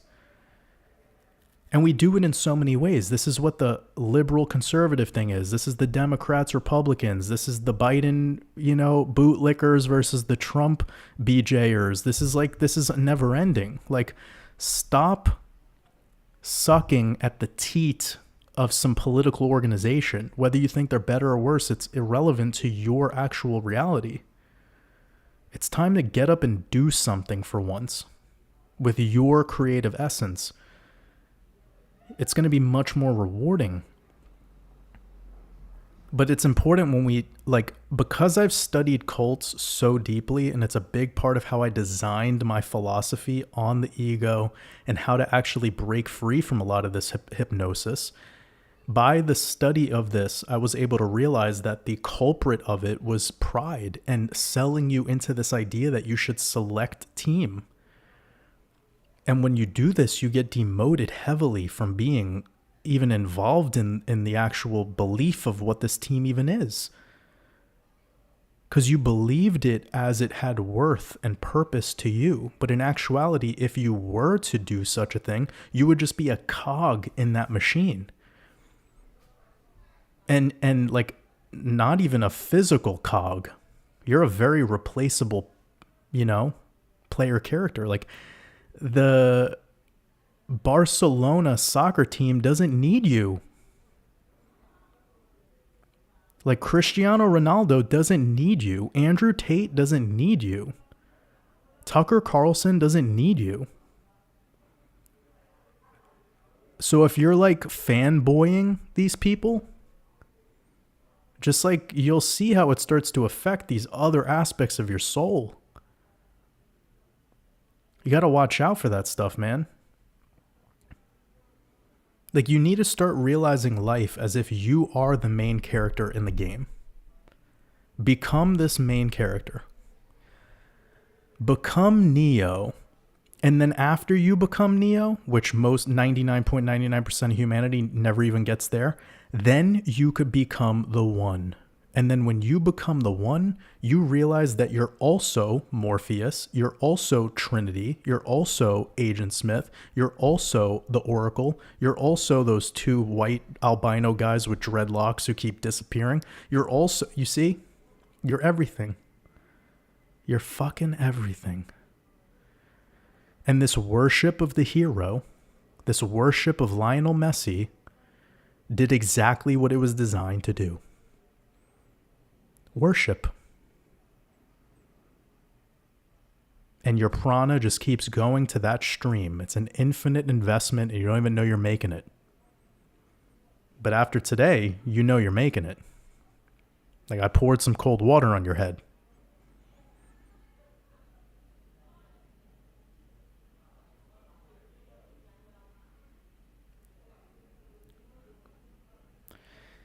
See, family, when we really transition into the Aquarian age, this is going to be so obvious.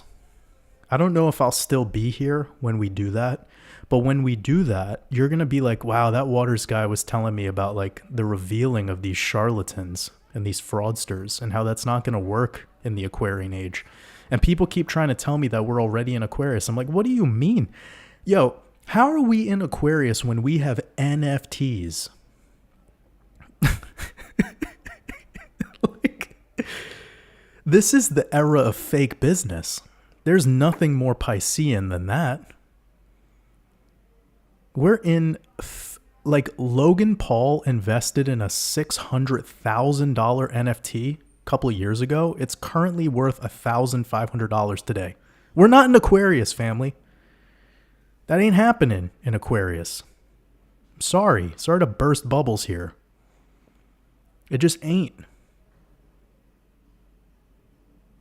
Like, Hustlers University doesn't exist in Aquarian age. It just doesn't. OnlyFans doesn't exist in Aquarian age. Like, I'm sorry to break the news. We're not there yet.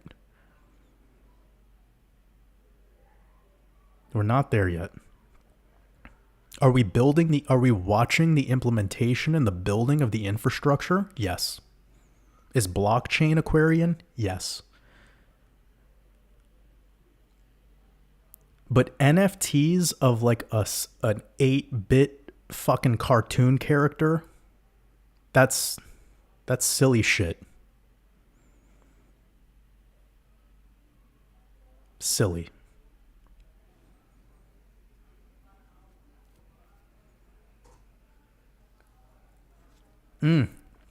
This chai I'm drinking is still tasty.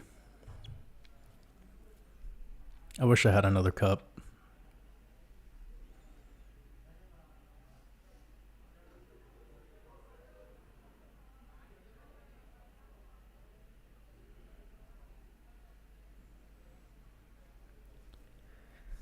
Robert Jones, I appreciate your kind words.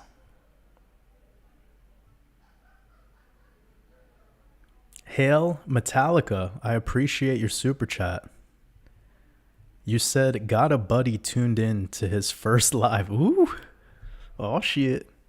He's wondering if you could have fun and offer any thoughts on the sigil of Naberius. You know, I don't really do decoding on these live streams. I've been pretty vocal about that, but I'll just check this out and see what I see, given that you spelt it correctly.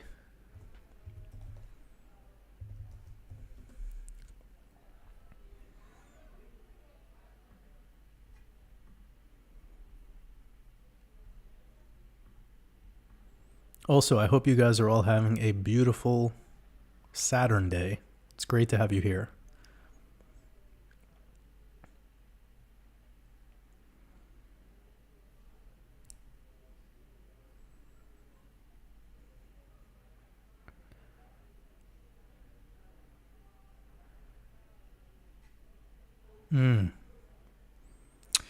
Shit, where do we even begin on this? This is a lot.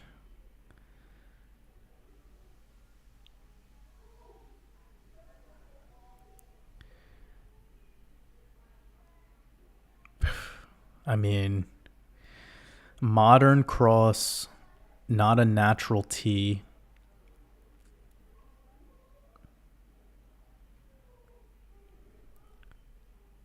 Wow.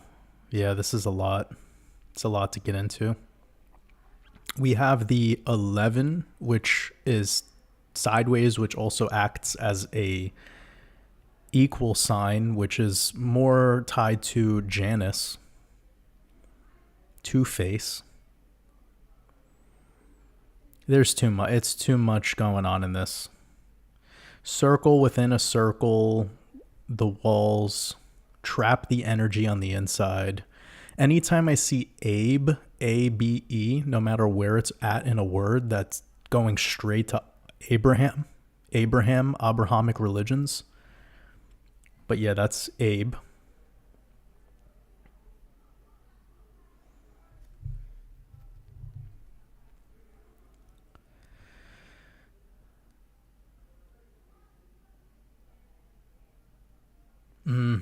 Yeah, there's too much stuff. You have the Trinity over here, the three dots, Father, Mother, Child.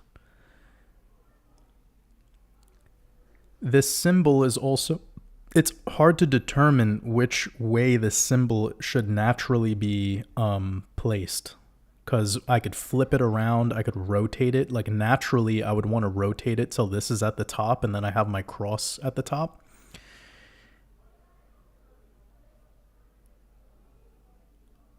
Then I would start to perceive it a little bit differently, where we could look at it based on the chakras. And this being in the heart position, this cross my heart and hope to die. You've heard that before. And then right here, you have these the eye and the eye. This I could be perceiving as your kidneys, the filters of the body, and out of these shoots this other symbol. This is kind of like where we get the idea of the many-armed, like Shiva, Brahma, Vishnu, these characters that we see in the Vedic and in Hinduism. But yeah, like, goodness, it's too much going on here. And I would need to read more into it specifically.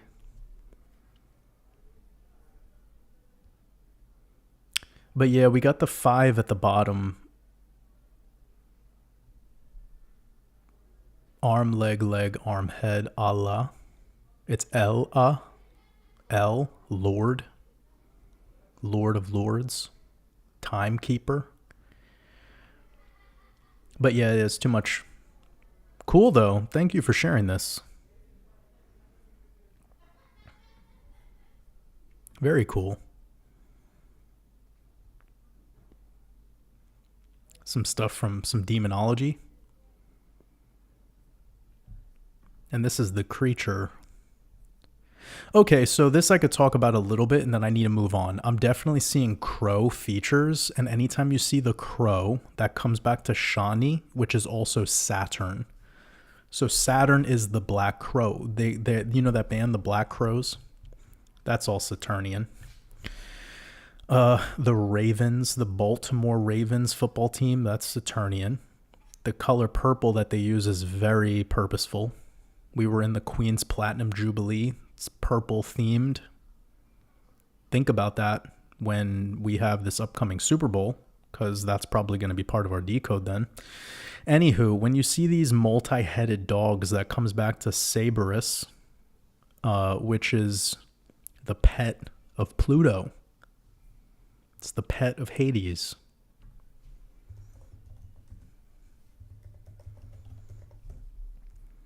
And you could spell this name however you want. Doesn't really matter. But Cerberus, 3-headed dog.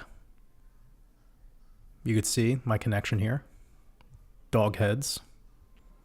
So two dogs is cannabis. Canine buys two. Buy is two. Like buy bull is two bulls. Two oxen, which is two male, which is anti-creation. That's something that people really need to realize.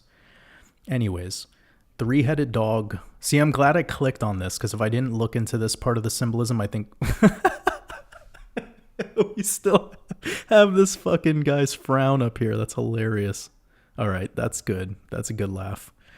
But yeah, three-headed dog, body of the crow. This is all very Plutonian. This is tied back to Hades, king of the underworld, god of wealth, real wealth, not fake wealth like fiat money like you have with fucking Mercury. Mercury is all about the fiat system. It's all about crypto, money created out of thin air, which is essentially the Federal Reserve System. Yeah. Guard dog of the underworld. That's this creature. And we could see the crow features come back to the, yeah, comes back to Saturn. And you guys know, like Hades is the son of Saturn. It's the son of Kronos.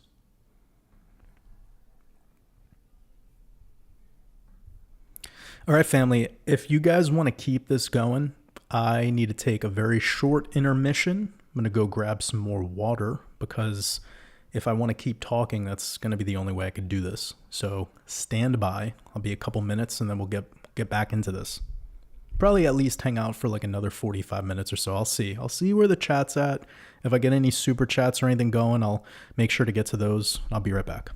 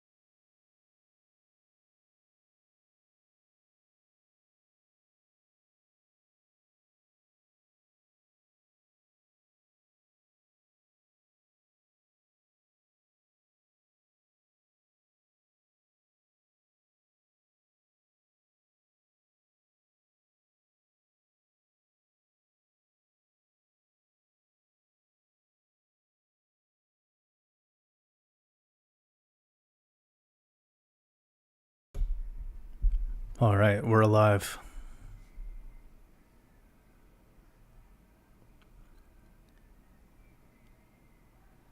Got some people hanging out with us from Romania. Shout out to Romania. Definitely a big batch of wolves hanging out over in Romania. Lovely people.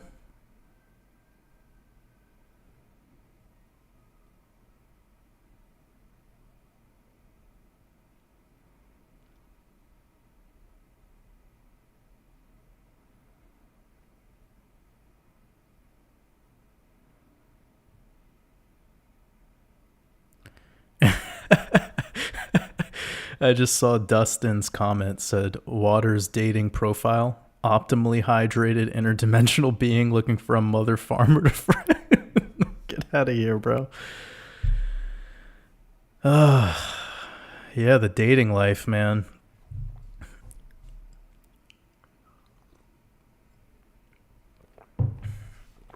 Bob Sia knows. I really appreciate your super chat. That means a lot to me, brother. Appreciate you. It's a really generous super chat.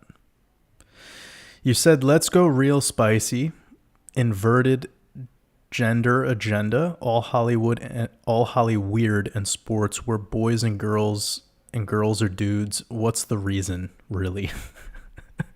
Well, yeah, this is going to be a lot. It's so multifaceted, but let me just put it like this. The Nephilim, when they originally started procreating, mixing with us, there was defects, and it took time. And one of the main defects you get is hermaphrodite. So that's a good starting point. And these hermaphrodite bloodline occultists, their bloodline goes back to Babylon, to Sumerian times. They are all of this bloodline. And if you have this feature, they put you through a process where between the age of 3 to 7, you get, I hate talking about this because it's like such a shitty but it's the truth. So I guess, yeah. So if you're blood of this bloodline and you're born hermaphrodite, which a lot of them are because of the defects that they have in their blood type, and of course their genetics overall, their DNA. Well, between, I think it's like the ages of 3 to 7. I might be wrong about the exact age. It doesn't matter. The problem, regardless, is that they're children. Okay? They go through a sodomy ritual where it makes you remote controllable through hand signals, eye signals, vocal cues. It's basically when we think of like MK Ultra, but it's programming that's happening completely naturally through that sodomy ritual. And it creates what many people would call dual personalities. So this is a perfect player character to program on one end to do and uphold what they do behind the scenes, and then for the other personality they have to train that personality or groom that personality to be a actor, entertainer, politician, somebody that could be a prana overlord, somebody that could be really good at making you they're really good at holding your attention, usually through looks. Now, we all know that you can be a guy, and with enough makeup and enough, fucking whatever you're doing, like you guys know about the lady boys, Thailand and shit. Like, this is not new. And a lot of it's very believable. Okay? Now you take that and you're talking about hormone replacement therapy, like things that are going on with hormones, plastic surgery. I mean, vocal coaching as a child. We're talking about the entertainers of our world right now. People like Britney Spears, Miley Cyrus, you name them. You name a person and they're probably gonna be one of these hermaphrodite jackals. Essentially, dual layers of teeth, eyes that can be slitted, like that had dual eyelids. They're not lizards, by the way. That's a psyop. What we're talking about here is the real, the real, the unfortunate real. So this is your like Timothy Chalamet. This is a female.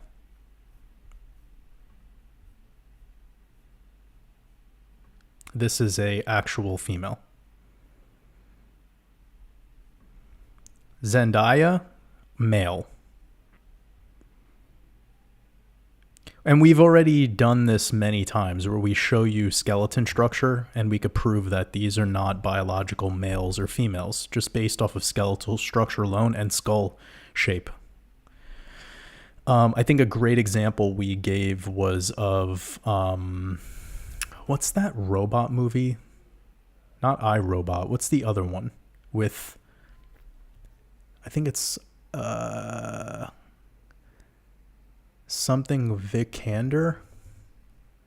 Alicia. I think it's Alicia Vikander. Yeah. This one. Okay. This is a man. And I'll show you, this is probably the best example I could get. Bikini. It's not fun to look at, but it's just proving the point. Okay, right here.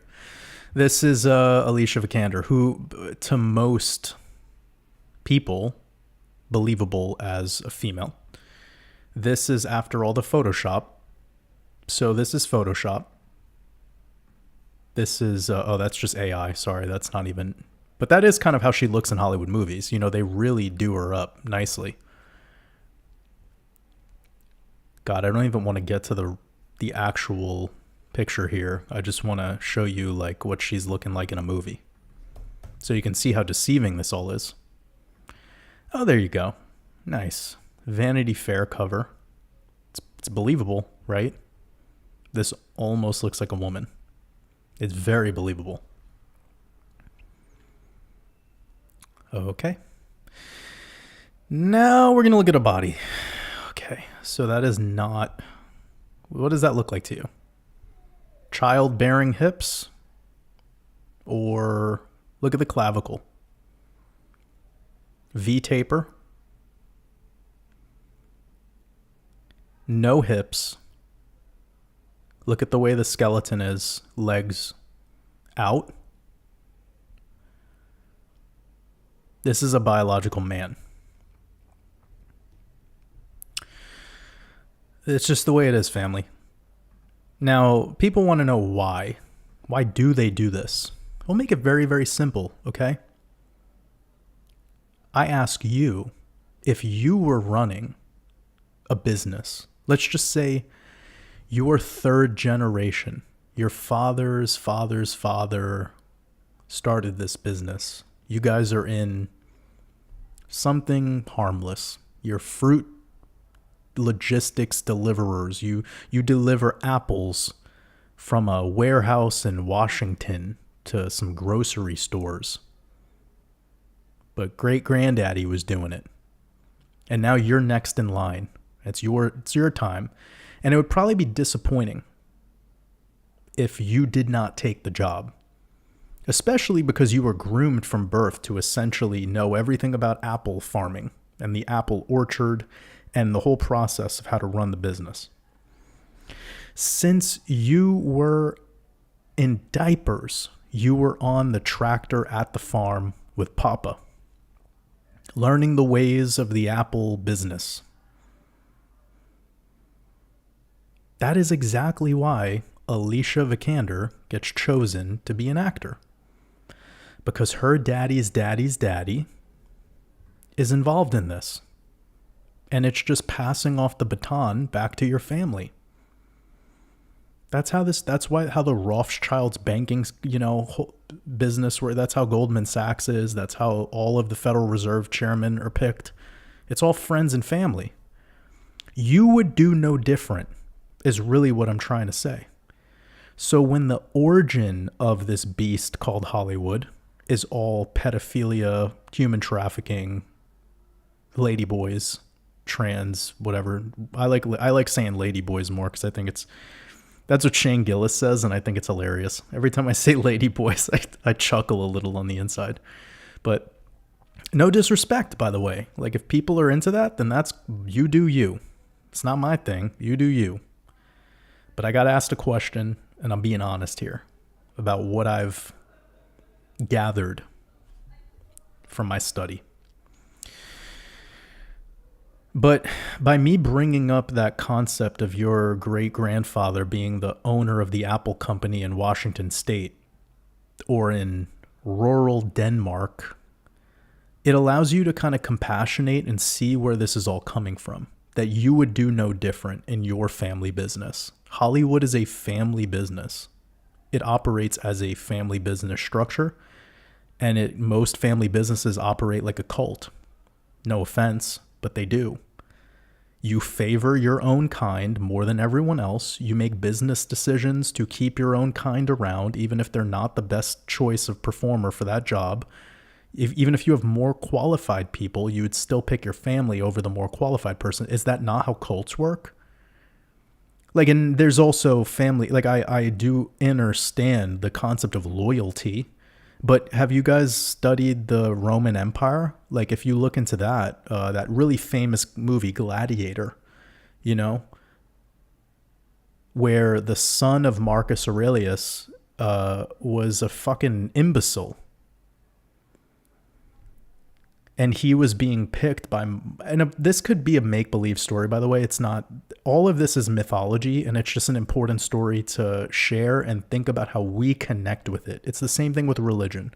All the stories of raw religion are all mythology, and it's all about how you connect with it. That's it. That's simplification of mythology and religion 101. It's how does it affect you?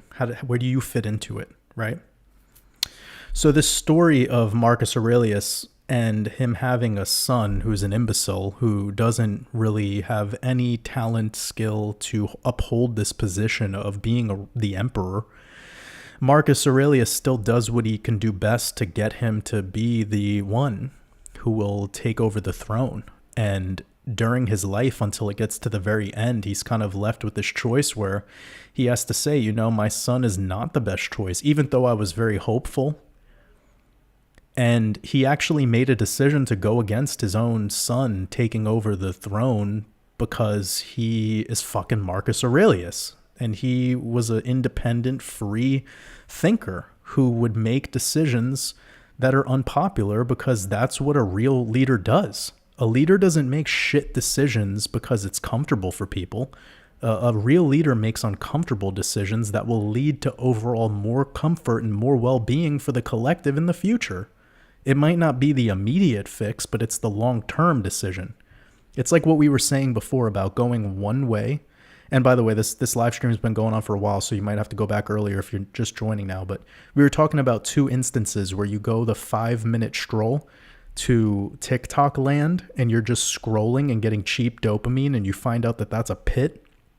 Or you have the other direction, which is a 1-hour-long hike uphill, changing elevation, and it's super uncomfortable. You're getting blisters on your feet on the walk home, you know, but you felt the purpose surge through your body when you did it. You felt purpose when you did it, you know, and that's the difference. Go back to that if you haven't, you know, if you're just joining here, that could be very helpful for you to understand where I'm coming from with this. So Marcus Aurelius decided to go against the comfortable decision and go with anyways, you get where I'm going with this, guys. If you were in the situation of most people in Hollywood and you were born into this parasitic bullshit, you would probably just do what they do too, which is pick your own kind. Because that's the way they run. You know how I don't want to make this about a singled out raw religion, but the people who are running this are Bolsheviks who believe in the Talmud, and you know their name.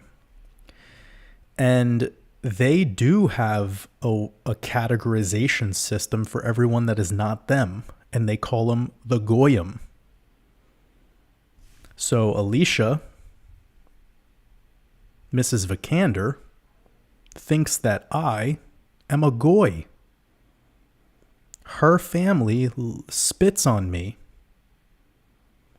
because I'm a Puerto Rican who, I'm a peasant. I'm a cockroach to her and her family. Because I don't believe in the insane, psychopathic, weird shit that they believe in. Which categorizes all people who are not them as essentially filth. That is what she and her family believe.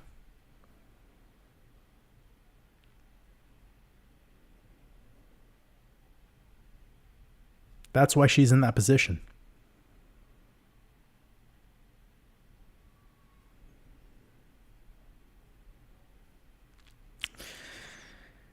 So yeah.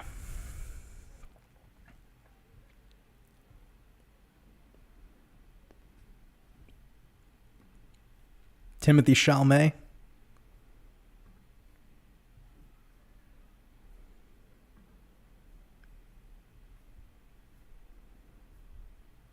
Same thing.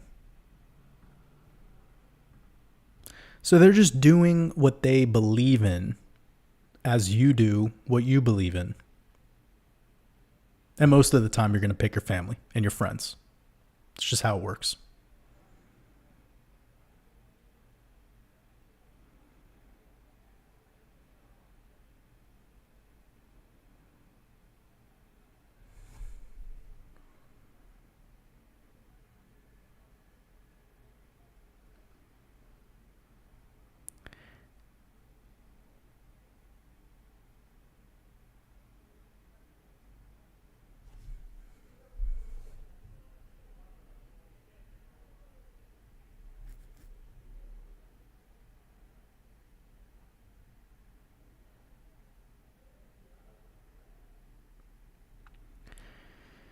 The Siggy, I just saw your super chat.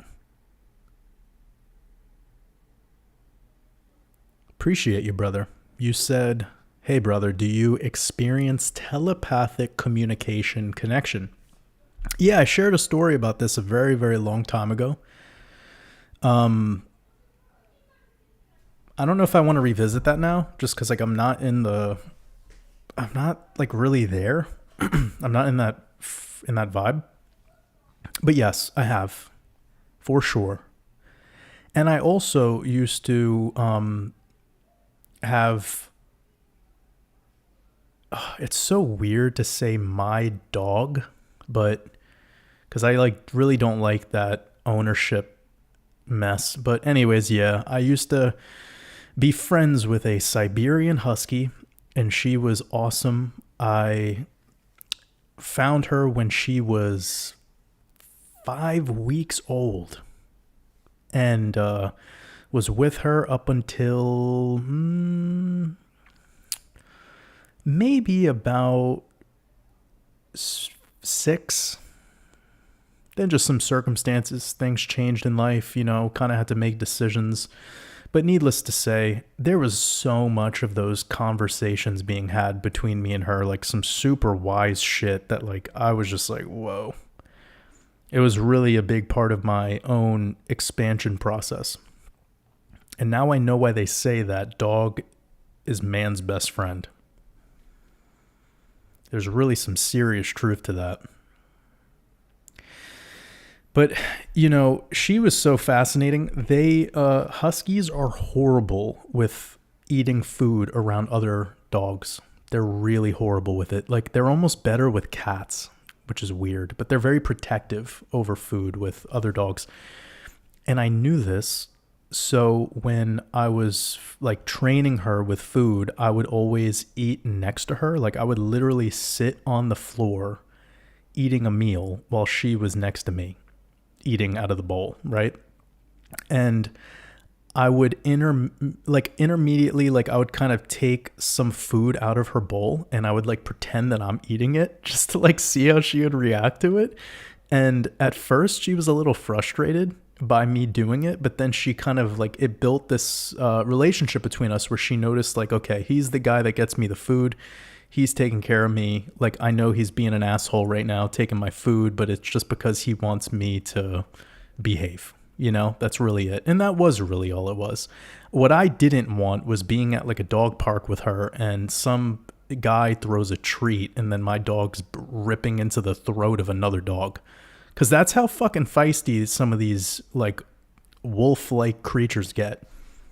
And it's like, and it's a millisecond between that and violence, between like being calm and really, and this is just how it goes. And if that ever happened, both dogs are getting put to sleep, So although it sucks to have to think about this shit, you do need to be aware of this as a dog owner of a husky, which is a very volatile creature. Like a husky is like XRP, but way more cute and loving. I'm just fucking around. But they are both black and white, so that's kind of similar. Huskies are much better. But yeah, they're volatile. They're super fucking volatile. And anyways, I bring this story up because I noticed whenever I was going through those moments of like those mini training sessions of just day-to-day life, I always felt she was talking back to me. Like I can sense in her behavior that she was like kind of like a teenager who was mad at their mom. You know, when you're like, fuck you, mom, I want to smoke weed. That's like how she would look at me when I would like do certain things.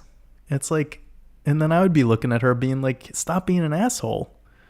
And it was just so funny. It was so funny the way she would like side eye me when I would do those little, you know, just trying to get her to be relaxed, to be chill, be calm. Those dogs stay hyper for so many years. Like they could really be hyperactive for a really long time.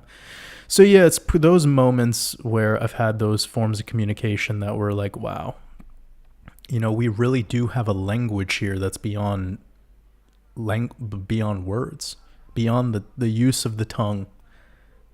And I probably could imagine if I was to really just seat myself back into my body and go within, I could actually imagine that we were all telepathic at one point. We were all speaking. I think language and the story of the Tower of Babel and all of that, it makes sense. And it's spiritual and it's a deep story. And I'll probably decode that in the future just for fun. Maybe I could put it on my decoding mastermind when that time comes. We'll see.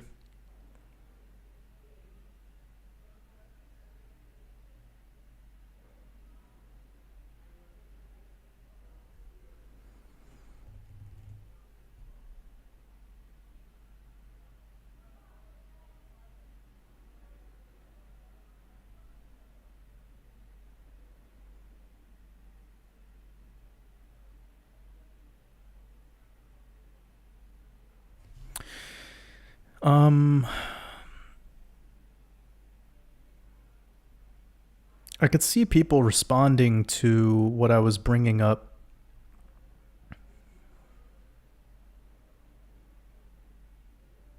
about the advice with this person and his partner and the sexual connection they had. And it seems like a lot of people are resonating with it. But some people want me to talk about like the man's perspective. And what I was sharing before was directly to somebody who asked me a question. So I was being specific to them. You know, in a lot of these, I go deep. I talk for a while about these concepts. I really pour my heart and soul into it. Don't expect me to cover every single nook and cranny of what relates to you on a personal level. That's impossible. But what we talked about, I think, was enough. It covered a majority of what the problem is here. But anyways, if anyone missed out on that part, that's just earlier in this live.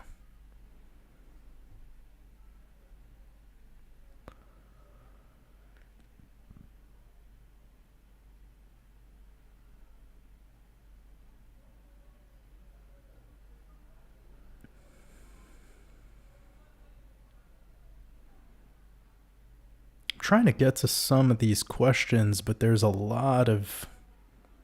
Okay. Magali,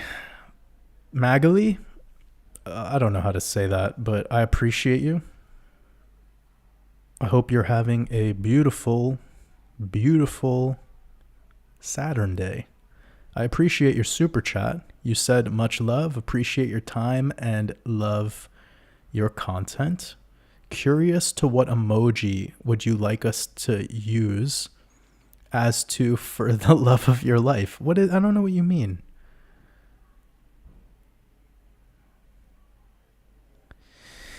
I think that this emoji thing that we're doing is very interesting. Like I'm not like against emojis. I just think that there's something going on with the reprogramming of the way we communicate. Like, it's starting to almost feel naked now if you don't include an emoji in every single text you send somebody. And I've thought about that, how, like, remember when we had the phones that didn't even have, like, you had to press the number 9 like 4 times to get to the Z or whatever. What the fuck was that called? Like, I remember, like, yeah, man.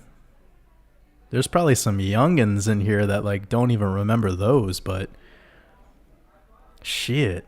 I remember that. Like, you wanted to send a word and you had to like hit up 16 buttons for a 4-letter word. And then we started doing like the emoticon, like it's like this shit. Let me see.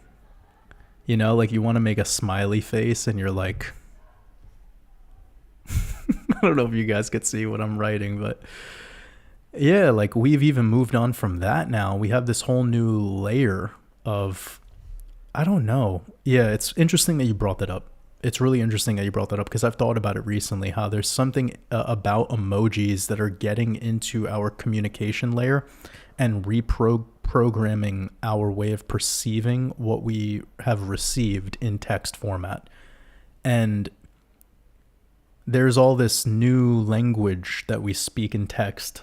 Of course, we've been doing that for a long time, slang and abbreviated words. And like, this is all coming back to the programming of our subconscious. So I think, yeah, the emoji thing is interesting, but I don't know how to answer your super chat because I don't really know what you were asking or what you were inferring. But anyways, I really appreciate your support. I attempted to share some thoughts on emojis the best I can. Appreciate you.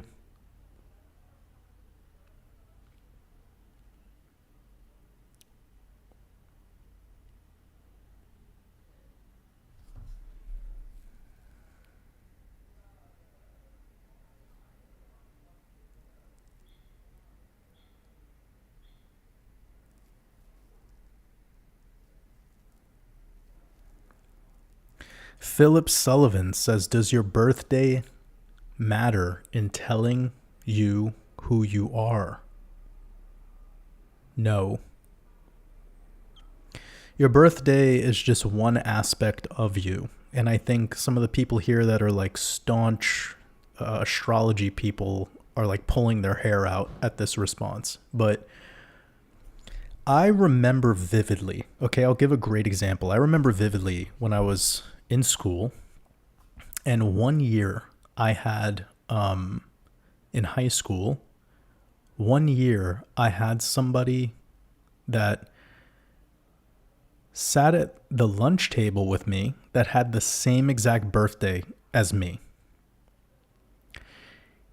This was one of the least outgoing people, like super quiet, super shy, like not really a risk taker, kind of a go with the flow. Like, he seemed to be one of those people that would probably go to college and like get a tech job and just be a good guy. Like he had good guy written all over him. Like, when your dog behaves and you go to the dog and you pat it on the head and you go, good boy, good boy. That's like this guy in human form. He was just good boy. And it's crazy because the same year that this guy sat at my lunch table, and it was like chaotic lunch tables, like you could sit wherever you want, just so happened that I ended up at this table with this guy, whatever. I was very antisocial too, by the way. I didn't really give much of a shit of what people were up to, but I needed to sit somewhere, right? So that's how it all worked out.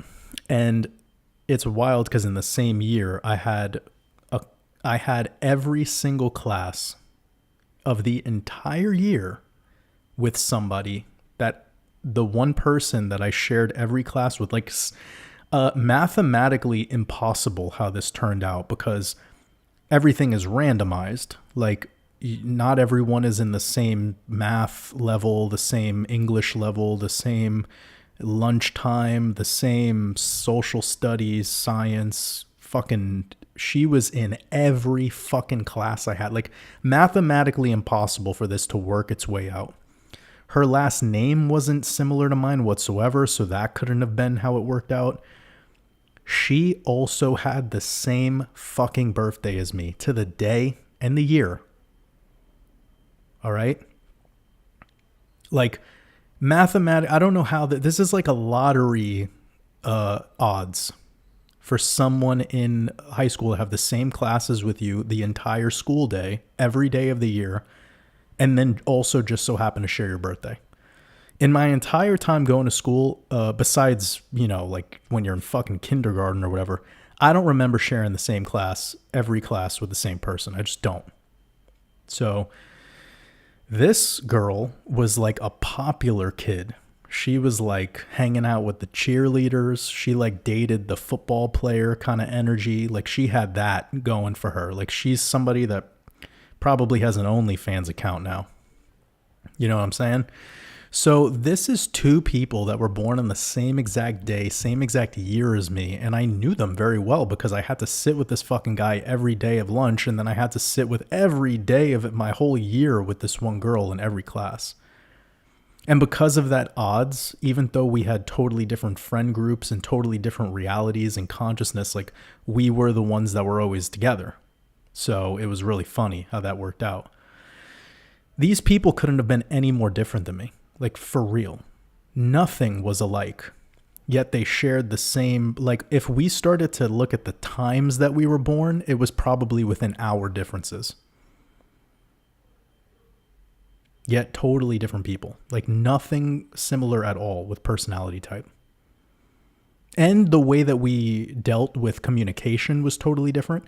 The way that we desired attention was different. The way that we performed in whatever the task at hand was different.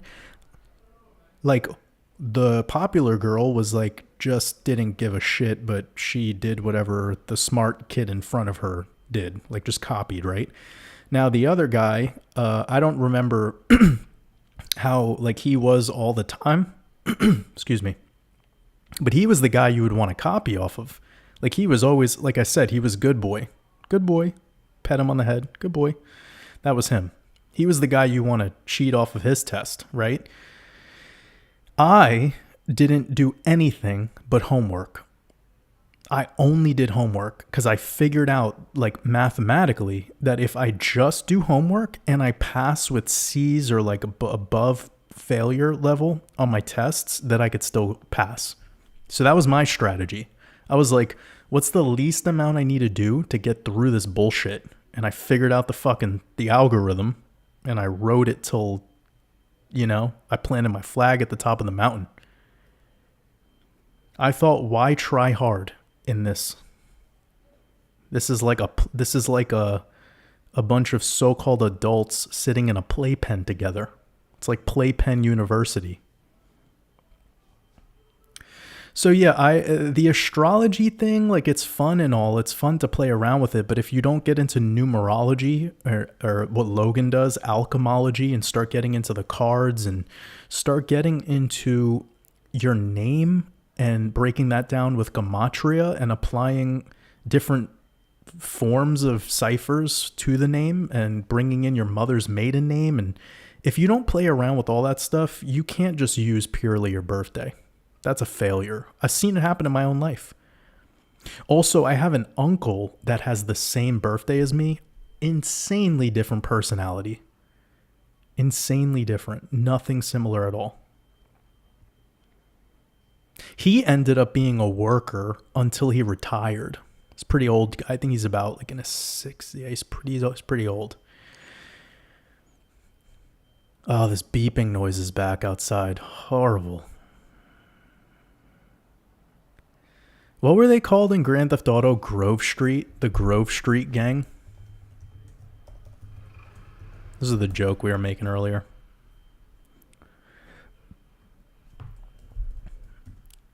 Yeah, Grand Theft Auto.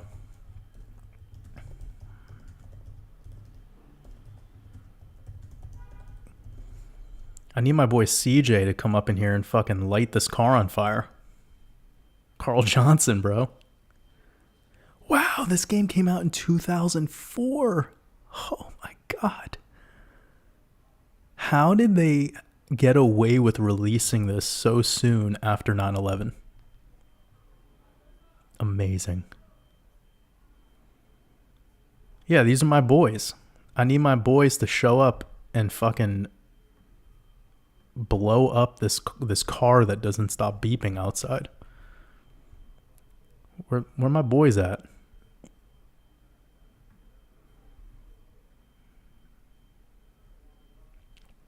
Also, shout out to anyone who's in LA. We're making jokes right now, but we're also like, I grew up in Brooklyn, New York. I grew up in the streets. I know that these are the guys that save us from the real problem called government.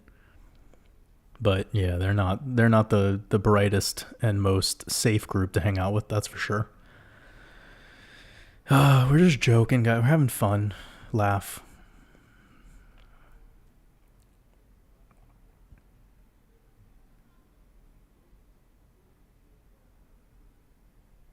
Laugh time.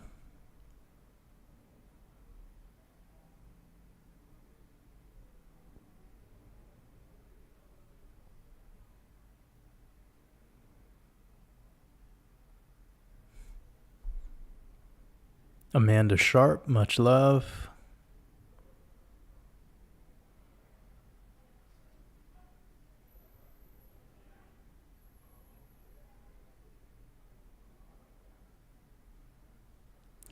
Leah Reynolds says, so how does the Age of Aquarius, Hermeticism, and Aleister Crowley relate to Satanism? Wow. Leah, you came at that from a bunch of angles. Well, first and foremost, Aquarian Age is purely theoretical.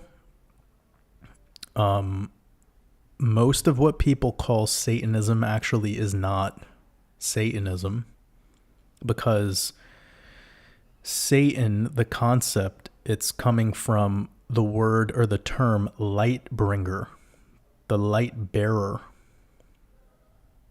So just remember, this concept of Jesus or the Savior is just the other side of the coin of the Lucifer or Satan or demiurge or whatever, nefarious creature you want to blame. But needless to say, you're bringing up so many things in one statement. I don't even know how to attack that. Like, Hermeticism is just the basic tenets of realization of the oneness of all.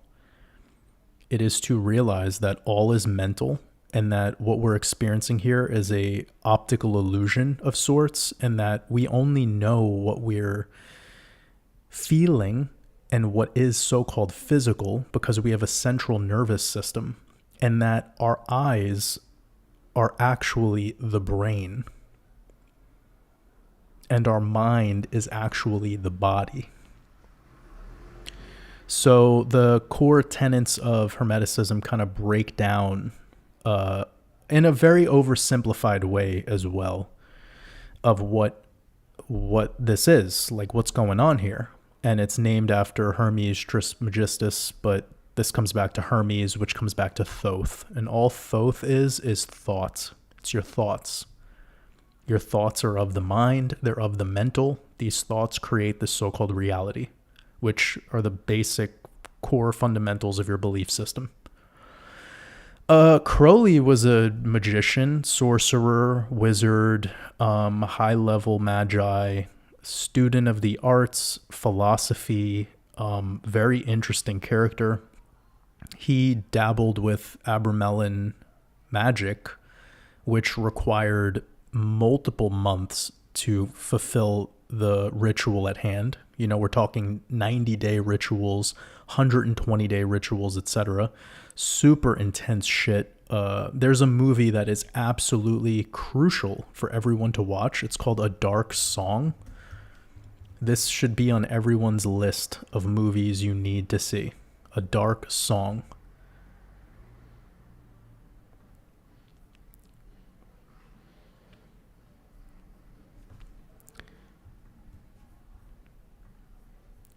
Is Catherine Walker a female? I have a feeling like all of these things are lady boys, but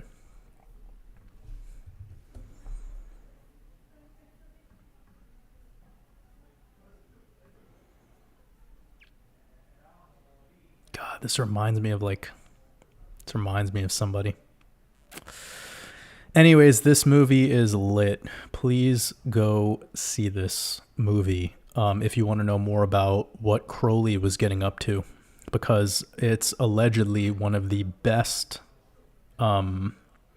realistic, close as one-to-one as you can get to Abramelin magic ritual.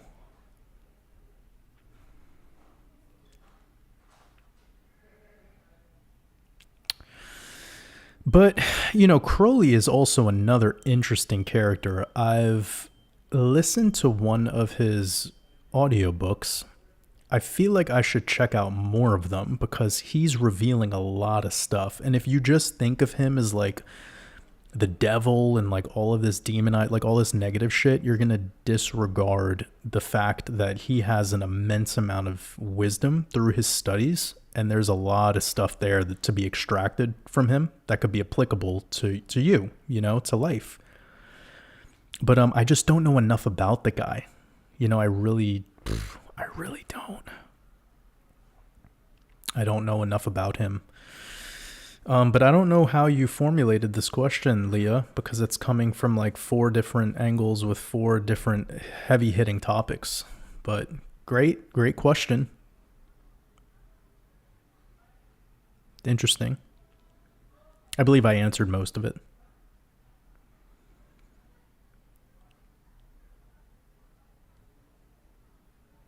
Monty Mask says, doesn't the NFT market seeing a complete downturn show that we're leading into Aquarius? Yes, Monty, beautiful. And it's something I've brought up about the implementation of a blockchain technology as the primary layer of the new economy. And when that moves in and we are effectively cashless, that will be a huge sign that we are in the Aquarian age.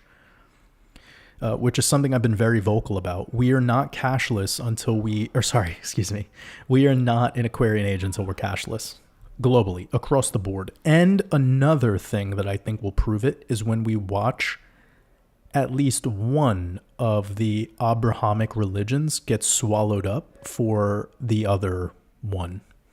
Because right now it's this battle between the trinity of Judaism, Christianity, and Muslim. So I could share my theories all day, but my ultimate theory here, my thesis, is that cashless is huge as a sign, as a symbol of Aquarian age. Number 2, it's AI, and we already have that here. But a 3, the big 3 would be one of the big 3 religions getting swallowed up. And becoming almost like you look, and by the way, this is not my words, what I'm saying right now. This is what I believe the world opinion will be. The world opinion will be that one religion needs to go away because it's the so-called problem. And that belief system, if you continue to uphold it, you will be bashed. You will be stoned to death publicly. And I'm going to go ahead on a whim and say what I think that religion is. It will be Christianity. And again, this is not I don't practice any of these religions. I'm a student of them. I am a decoder. I'm a soul. I don't prescribe to any of this stuff. I'm just sharing my thoughts on what I think will be very Aquarian vibes. And one of the markers for me would probably be the downfall, complete removal of Christianity. And anyone who practices it will be probably shut down. It's like a reverse Roman Empire effect. Back then, if you had another belief and you weren't going ahead with the Roman ways, well, you were burned at the stake. You were crucified. You were lit on fire. You were stoned to death. You were killed, publicly for whatever. Like, it was treasonous. If you didn't bow down to their leadership, which was the emperor at the time, and their religious belief.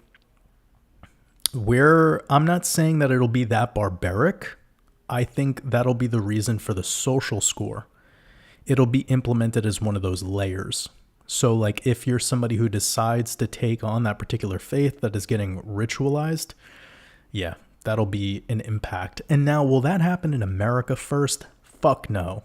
It's going to take probably 10 more years for this to happen in the first place that it happens in versus where it will when it will happen in America. So this is already in the process in a place like China, where like in order to believe in Christianity, you need to go into like a secret fucking book club in like a basement somewhere. That's already a thing of what I'm saying right now. It'll just be more like that across the board. And the only thing that I believe will keep this, that will really maintenance this outside of America, because America is kind of its own beast. America also is a huge country with a lot of land and a lot of fucking people, and a lot of them own guns. So it's like they're their own operating militia if they want to be, right? And a lot of the people that are in military in the United States have turned on the parasitic nature of the rule structure and what they were told to do during C-19 because of those forced Vs. So there's been an awakening even in a lot of American military. You guys get where this is going. It's a huge chess game. We're playing the game right now.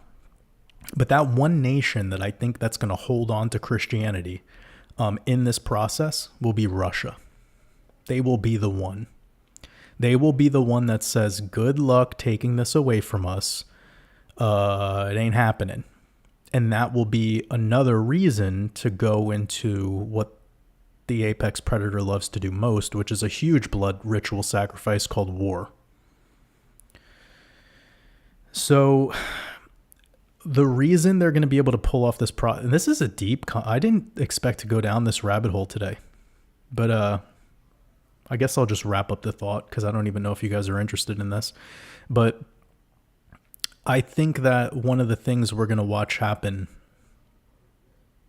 on the world stage is a continuum of what we've already had happen, which is a trade. It's the trade away from spirituality for scientism.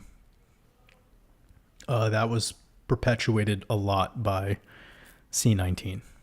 And that's a huge piece to this whole multifaceted agenda as well, because after C-19, we saw the gender identity stuff become more zoomed in on the trans thing, etc., as well as protecting science as a business model that it is, protecting germ theory, like maintaining and protecting all that stuff, whilst also protecting the people who are like the spokespeople of it all.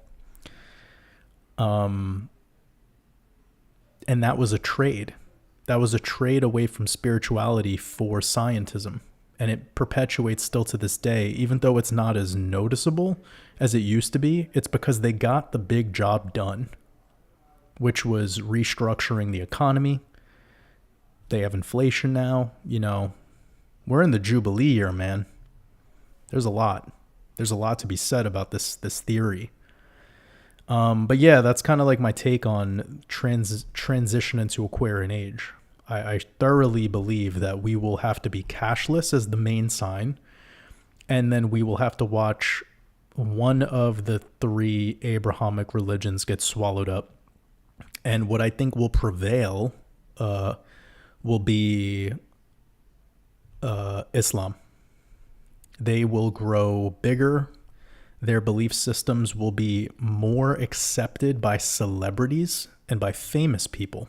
Got to pay attention to that, family. Pay attention to that. By the way, I'm not pro either of these institutions. They both operate like cults to me. I'm a free man. And these are free words.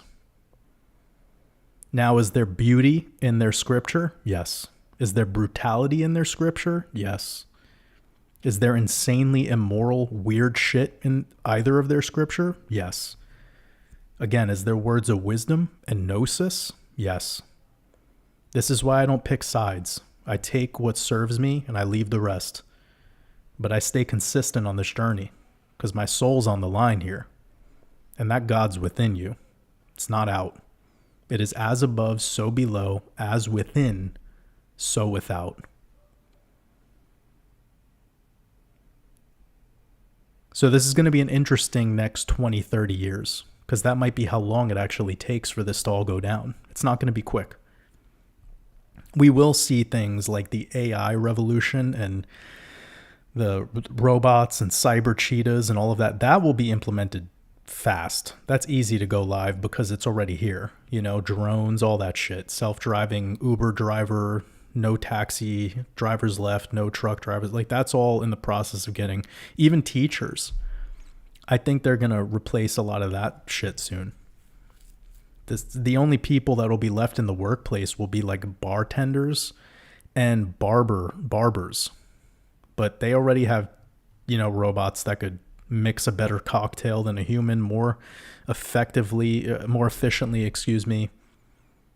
less waste, you know? Yeah, it's kind of weird, right? But every time we start talking about this concept, everyone wants to know, like, Waters, when is it going to happen? When is it going to be? And it's like, I think these things take a little bit of time. You know, they do. Look at how much changed between 9/11 and C19, but then also realize how many years that was. How many years was there between Baby Bush and Trump? We're not even going to go political right now. I'm letting you know that's a long period of time, and there was a lot of shit that changed during that time. Like, we got cell phone. Everyone started walking around with, like, we went from using pay phones and pagers to fucking small computers in our pocket and like 5G Wi-Fi. Right? But it took a lot of time to go through all that. I think we have another, 20 or so years to watch a lot of these changes become accepted by the populace. We're not there yet. Brindis, I appreciate you becoming a YouTube member. That really means a lot to me. Appreciate you. Appreciate the continued support. And also for everyone who is interested in the markets, I've been going now for like 3 hours, so this has been a long stream. But tomorrow over on my Patreon Mastermind community, I will be releasing my new Red Pill podcast. Now, the Red Pill podcast, I'm going to be going over the traditional markets this week because we had another all-time yearly closing high. I mean, it's madness. So we need to talk about that. We need to talk about the wrap-up of the FOMC meeting that just happened. We don't have another one until September. We're heading into the month of August with a blue moon.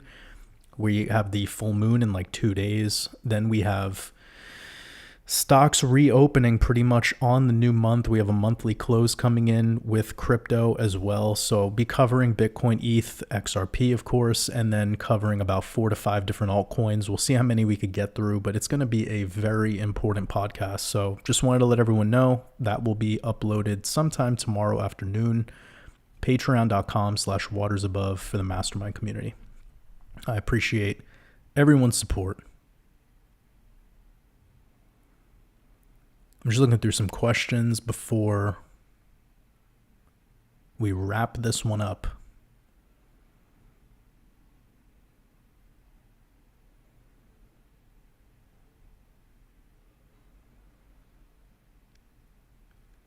Pone Sound Lab said no crypto on Saturday Fortress. Yeah, we don't talk about crypto on the weekends. Well, excuse me. I should say on Saturn days, because we do these live streams.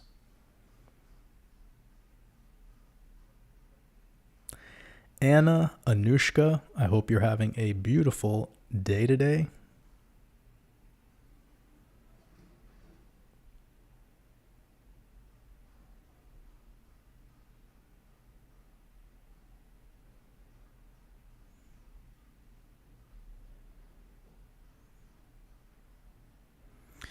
Brindis asks, what is your favorite physical exercise? I really love jump rope.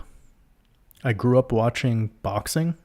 Like I grew up watching highlights of really old fights. And yeah, I just always loved the way they trained, like a lot of calisthenics focus. So yeah, I'm a big fan of jump rope. Like speed rope, I should probably say. Typically the way that like boxers would train. And I do love pull-ups, even though they're very tough. I feel like that's a real sign of strength. And yeah, if I had to pick one though, it'd probably be jump rope, because there's something creative about it. It's building a skill in the process, and it's really good cardio. Plus, if you have these newer speed ropes where you could adjust the thickness of the rope, you could actually get ropes that are weighted. And with a weighted rope, I mean, fuck, it's like a back exercise. It's a full body exercise pretty much. I forgot the company of jump rope that I use. It's really good. It's expensive. They're expensive though, but they're like a good investment. I'm trying to remember. If I remember next, I think it's called cross rope. This is the one I think. Yes, cross rope. This is the one I like.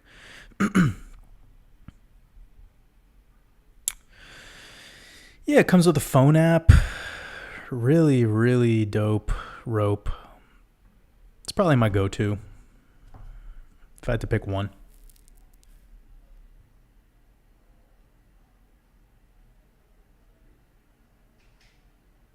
Appreciate your super chat, Brindis. It's really generous of you.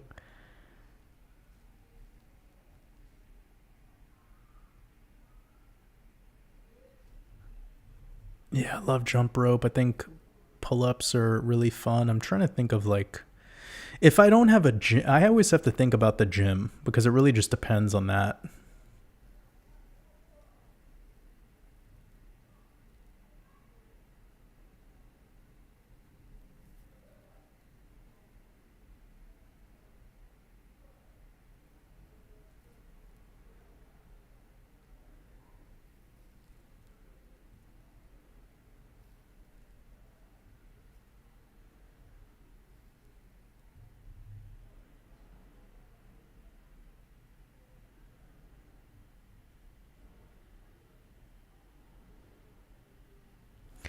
Anna asks, was Marcus Aurelius from that same bloodline? Many of his writings are relatable, illuminating how many of our past writers are genuinely handpicked or broke this cult-like type. Yeah, of course, Anna. I believe for sure. You're the Roman fucking Empire. Of course you're in the club. Yeah.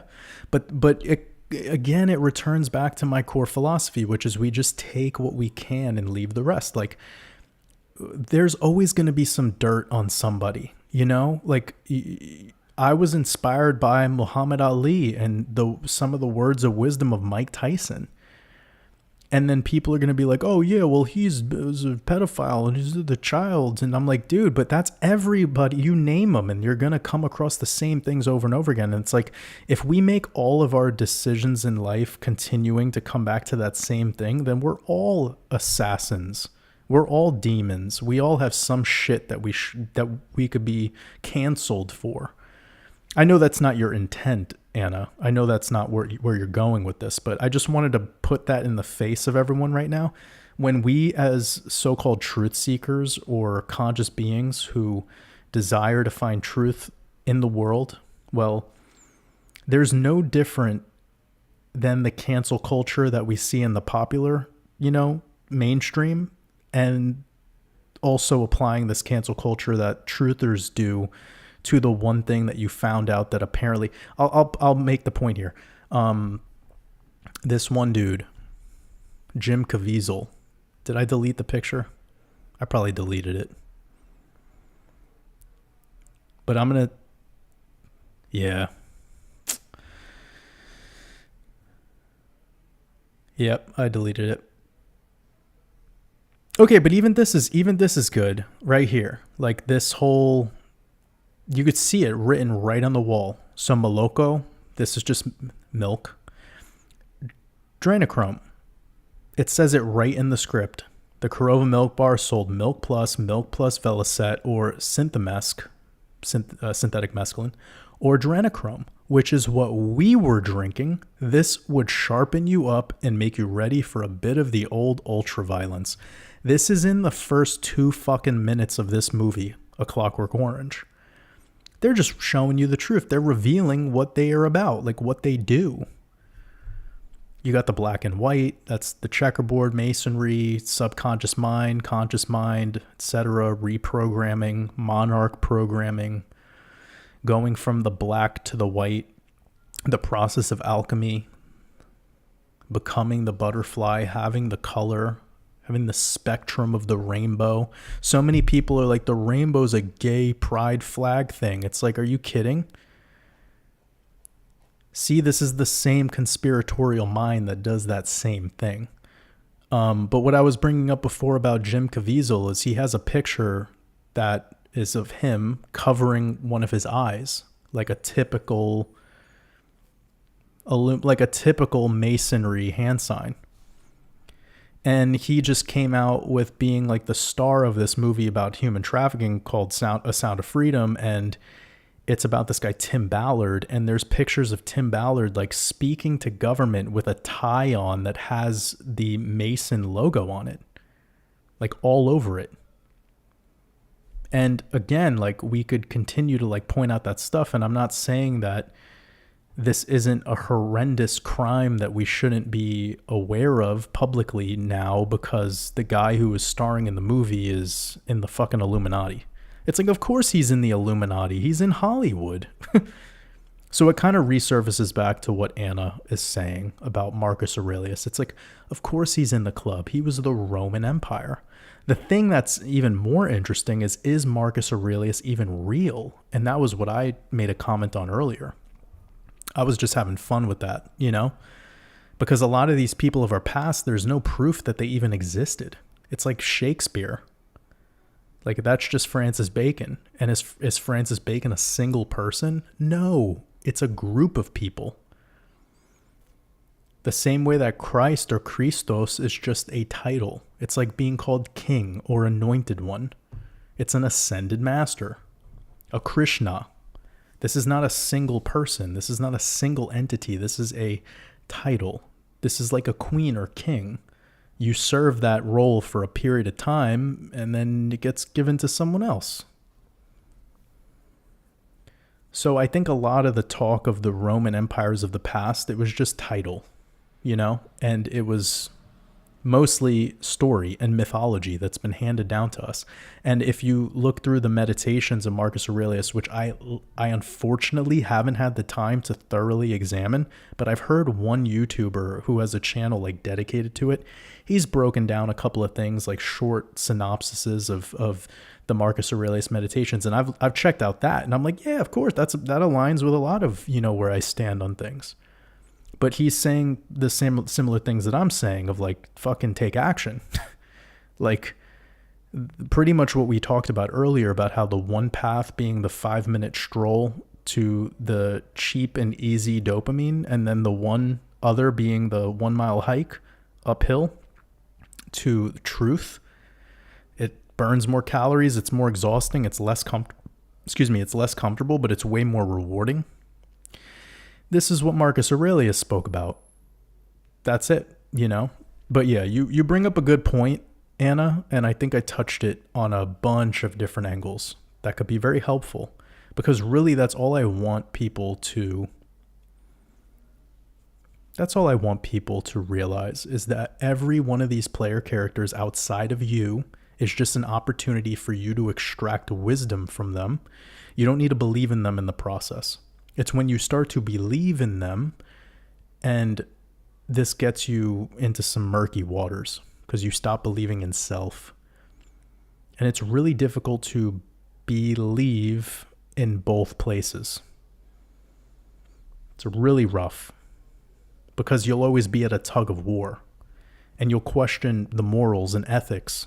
You know, this is why a lot of people have a tough time leaving a cult. I urge everyone to go study cults. Go study how they operate. I think one of the best ones is called Holy Hell. Go check out this documentary. The most fascinating piece for me about studying cults is the process of people trying to leave them. And a lot of people struggle with this. They really do. You want to know why they struggle with this? Is because they have no ego left. Their ego is completely fucking shot. They have no intuition anymore. They can't, their discernment is like, it's not there. And they struggle with this slow realization that they are starting to believe externally and internally simultaneously, and this is ripping them apart. And they have to make a choice. Do I stay here in this comfort zone of this community, of what's going on here, even though it's detrimental to my well-being and my spirit and my soul and my sovereignty? Or do I go, do I take the uncomfortable route of leaving and then I get excommunicated and all the other shit that happens? This is being done in a lot of common religions too, this excommunication.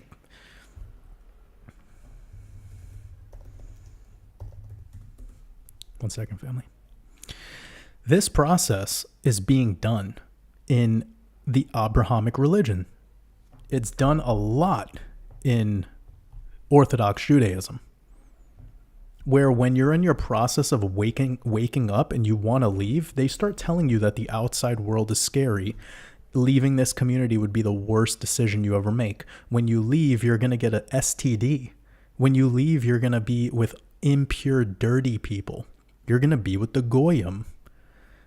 This documentary does the same thing. They did the same shit in every other popular cult you can imagine. There's a really popular one that just kind of came to its end quite recently, the Nexium cult. Go look them up. Holy shit, is that crazy? Super interesting though. For me, I'm like a student of it because it allows me to see into the depths of human behavior when the ego is completely destroyed.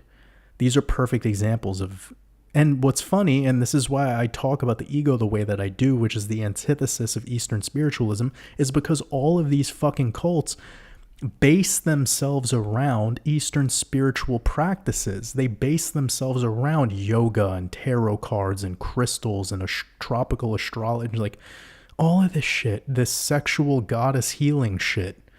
That's this. That's all of this stuff. I've told you, I've warned everyone about this shit. This repackaged pseudo-spiritualism that damages your ego in the process is the root of the decay of man. And it's hilarious how a lot of this stuff is centered around those acts. It's the yoga, the pranayama, the ecstatic dances and all. And I'm not saying that all of that shit is evil or bad. I'm just saying you need to have a very strong ego to use those things as tools. Otherwise, the guru or the mentor or the coach or whatever will use you as a tool. And we've seen this time and time again. That's why it is common in these cults that it comes along as a package deal with the yoga and the tantra and the crystals and the putting a bindi on your forehead and the dreadlocks. And it's like it comes with a package deal.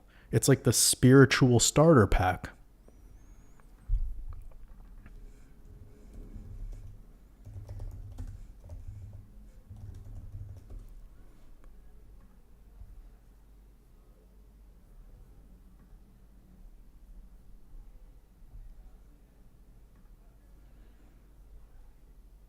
Yeah, this is it. Obsessed with astrology and crystals, these specific pants, tarot cards. Uses Eastern religion symbolism for the aesthetic. Yeah, this is amazing. This is exactly what I'm talking about. Fucking obsessed with yeah. This is spot on, dude.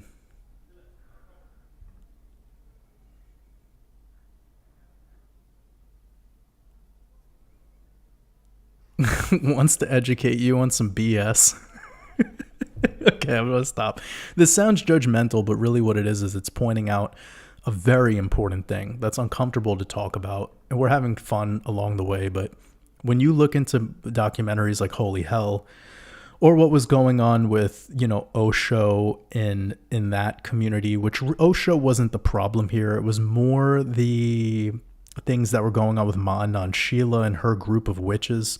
It was really that corrupted it all. But all I'm saying is that this is a breeding ground for a community of people with damaged egos who have no intuition left. Their soul has leaked out of their vessel, and it's now flying around because it's so-called ascended, because that's the term that they were given by their guru, who probably just got done sexually taking advantage of you while telling you not to have any sexual encounters with anyone else in the group. Kind of funny, right? But that's the pattern. You see that there's a pattern of control and manipulation, and it's striking how most of it is centered around Eastern spiritualism practices. So I'm not against that stuff, family. I just think you got to be cautious. You got to be cautious with your belief that all this stuff is so good for you, because really what it's doing is it's opening up your meridians. It's opening you up. And if you're soft, if you're easily, controllable, if you're somebody who's the typical standard, person who believes externally and your ego is damaged and you're unable to actually resonate and believe within, well, that yoga is gonna impact you in a different way. Trust me on that. You really got to be careful with that shit. There's a huge reason why the hippie movement and all of that stuff happened and was let to happen, and why everyone who was the leadership of that particular movement was in the CIA. I mean, anyone could go study that. The Grateful Dead, Deadheads, Jerry Garcia. I mean, Jared Leto's father is in the CIA. Jim Morrison, his father was in the CIA. All of this, it was controlled. It was an operation. It was an operation, and it worked.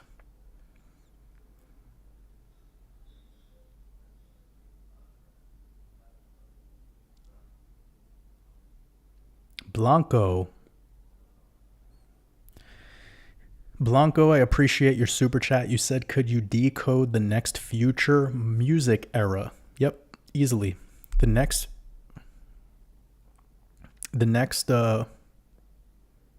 music that we will have will be artificial intelligence creating it all.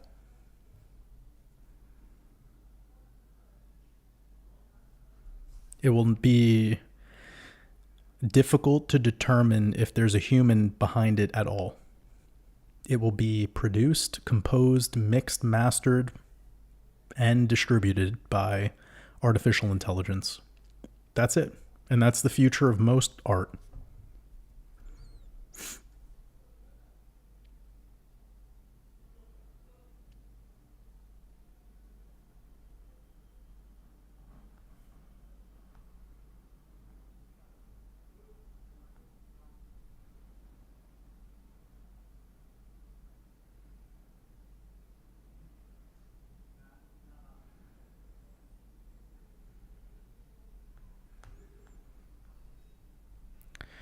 I got a super chat from Siggy. Appreciate you.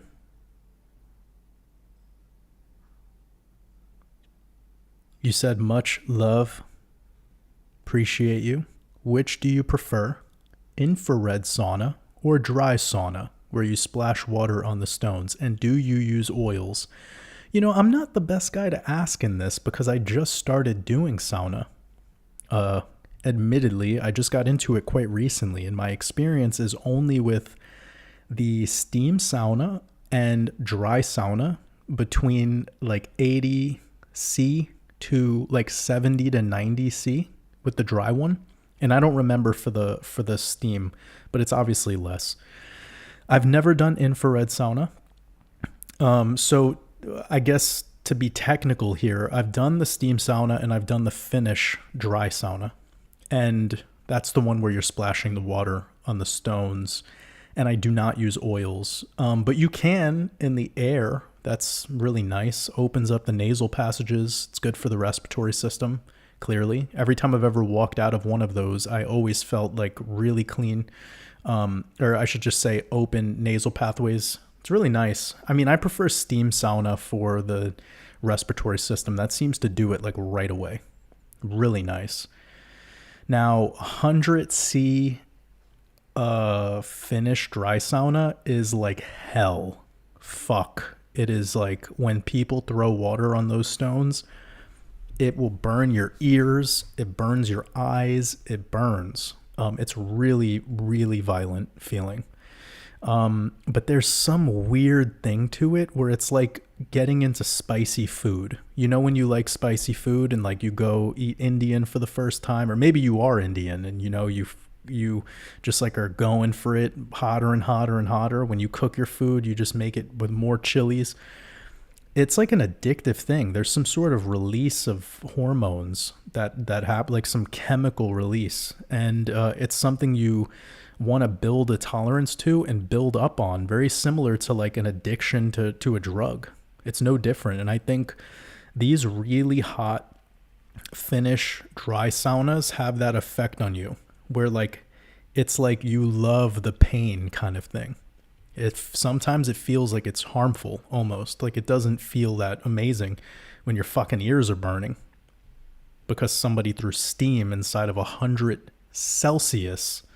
Like for the Americans in here that aren't aware, that is 212 fucking degrees Fahrenheit.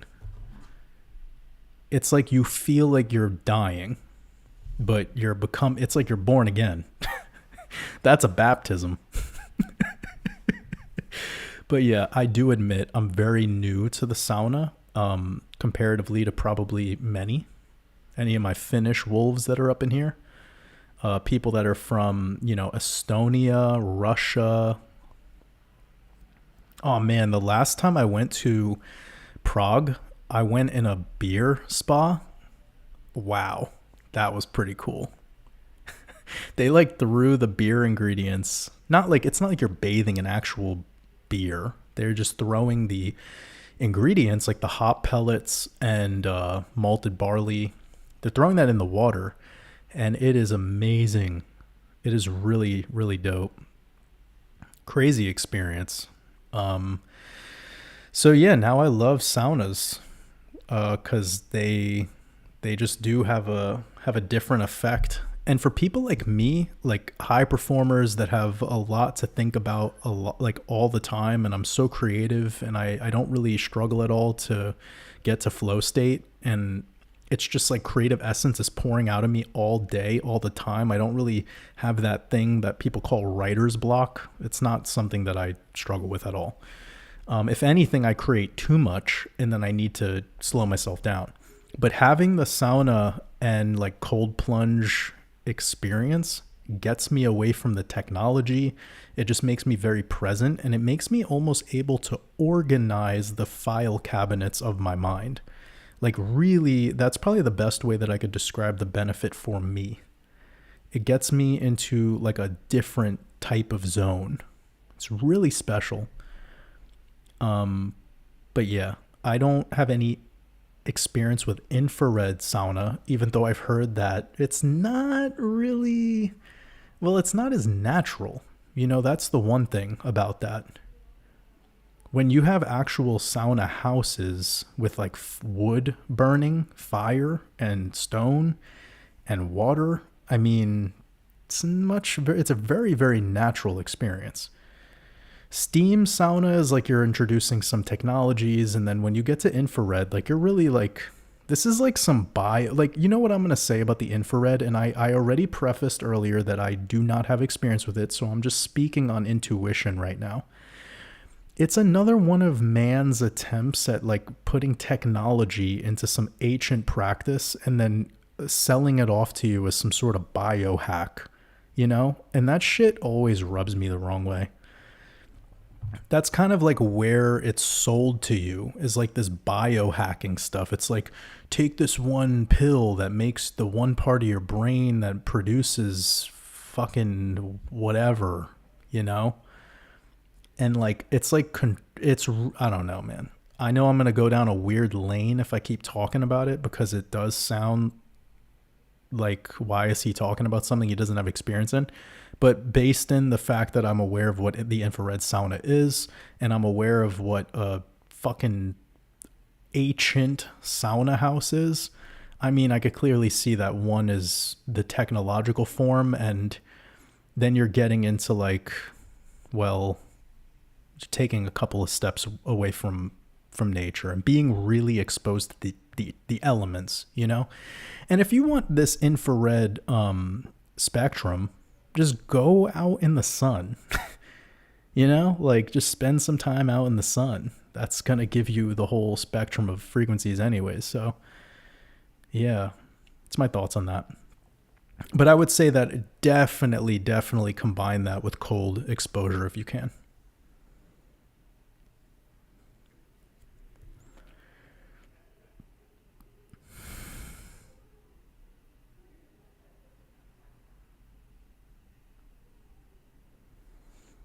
Okay, I'm just getting through all these super chats and I'll wrap this one up. The Paw, I like that name. The Positive Life. That's cute. You said, first of all, I appreciate your super chat. It means a lot. You said, what do you suggest when a person gets stuck? Questions purpose. Didn't give into all the injections and religion, etc. Okay. When you get stuck. Yeah, okay, let's talk about that. Okay. Close your eyes. And then I want you to really ask yourself, where am I even going?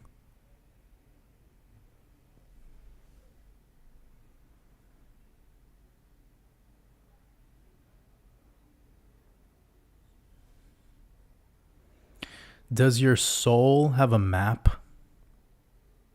Does your soul have a compass?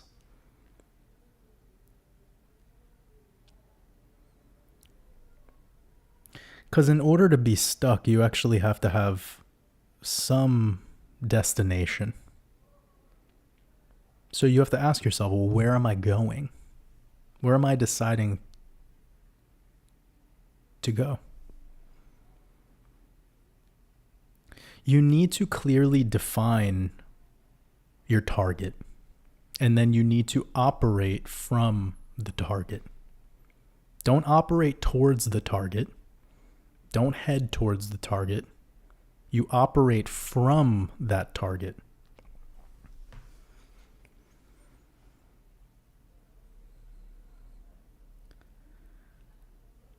See, I resonate with you because you said that you didn't follow that path of, the injections and scientism and religion.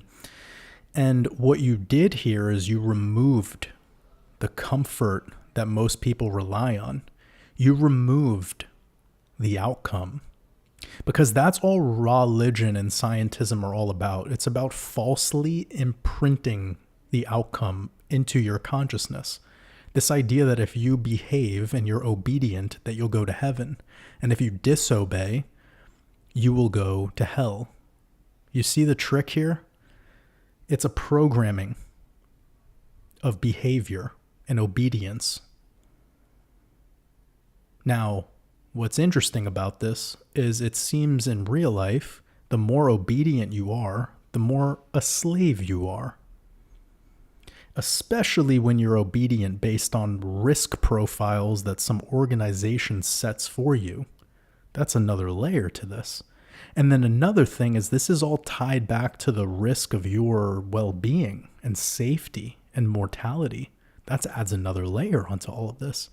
Then you take that and all of those components and you attach it onto what most people have as their foundation and structure, which is called religion, which also is outcome-based.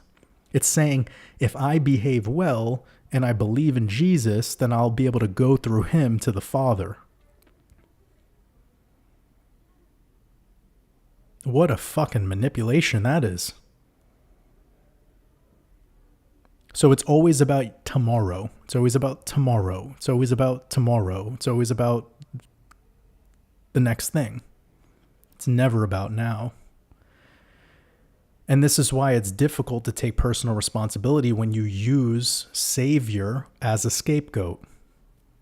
You could do the same thing with your father. You could do the same thing with your girlfriend that cheated on you. You could do the same thing with that asshole cop that pulled you over and gave you the ticket. You could do the same thing with the judge that convicted, you of the thing that you did by mistake because you had weed in your car at the wrong place and the right, You could play that game all day. That's been programmed into you. So when you break that programming and you decide to no longer play that game, and you remove the scientism and you remove the religion, you're basically taking off the blanket in the storm. It's like you're heading out into the blizzard naked. Like, there's only a couple minutes between you finding shelter and dying of frostbite. So I see why you asked this question. And you're like, Waters, where's the shelter, man? Because, my toes are turning purple. And I'm like, yeah, I know they are. But see, Houdini escapes the trap because he realizes that there is no trap.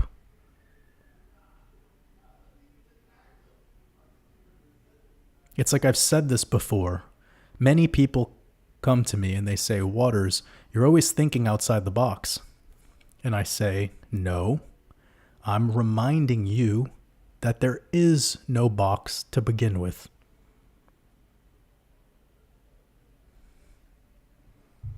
So you come to me, you tell me that you're stuck and that you question your purpose. Well, it's because you don't know where you're going. And you need to make this realization that there's nowhere to go. You're here. You're with me right now. We're having a fucking blast.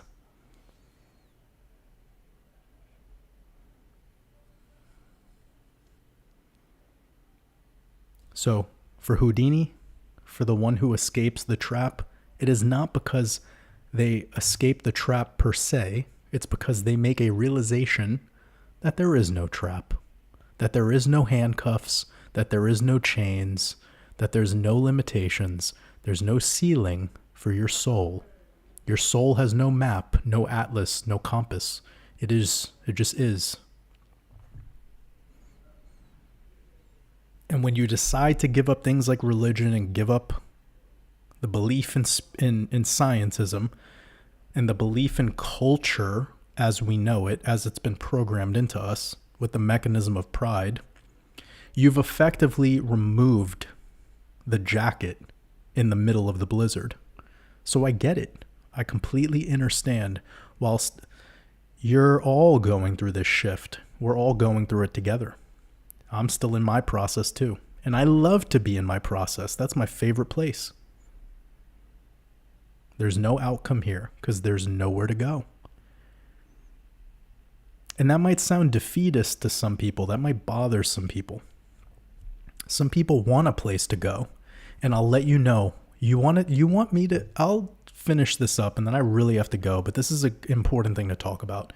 You know where you want to go if you're getting offended at what I'm saying right now? If you want a destination, it's because you believe in paradise. And the issue with paradise is when you get there, you will turn it back into hell. And then you'll look for something else. If you're with somebody right now, a partner, and You're starting to kind of lose that desire for them. You're starting to maybe have eyes for other people, starting to look around, maybe be like, oh, this person, maybe I could find somebody better for me. What's going to happen when you get that other person is you're going to realize that the imperfections of your past partner were actually what made them perfect. And this striving for paradise, striving for perfection, this striving for something that is just novel stimuli at the end of the day, something new, is the trap of traps. It's the mind doing what it does best. Now, if you are in a toxic relationship in any capacity, whether that's the relationship you have with your partner, or the relationship you have with your boss, or the relationship you have with your company or whatever, your parents, I'm not telling you to stick it out. Listen to your gut. Follow your intuition. But what I'm saying is a lot of us do not walk in grace, and we actually have very beautiful lives, very vibrant beauty right in front of our eyes. And we watch it slip away because the mind always wants paradise. The mind wants more. The mind wants a little faster, a little sexier, a little sweeter, a little fattier, a little bit quicker, a little bit more money, a little bit more time, a little bit more this, a little bit more that. Paradise is actually hell rebranded. If there was any concept of what a shapeshifter really is, it's the theory of paradise.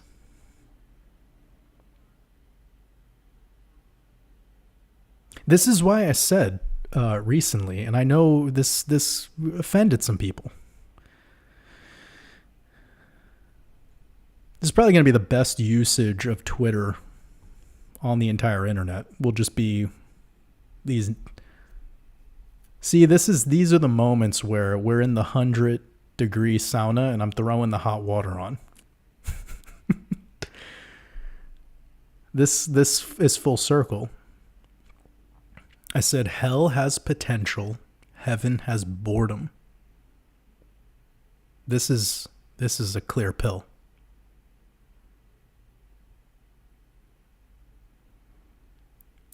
If you're thinking based in religion, you're going to get lost here.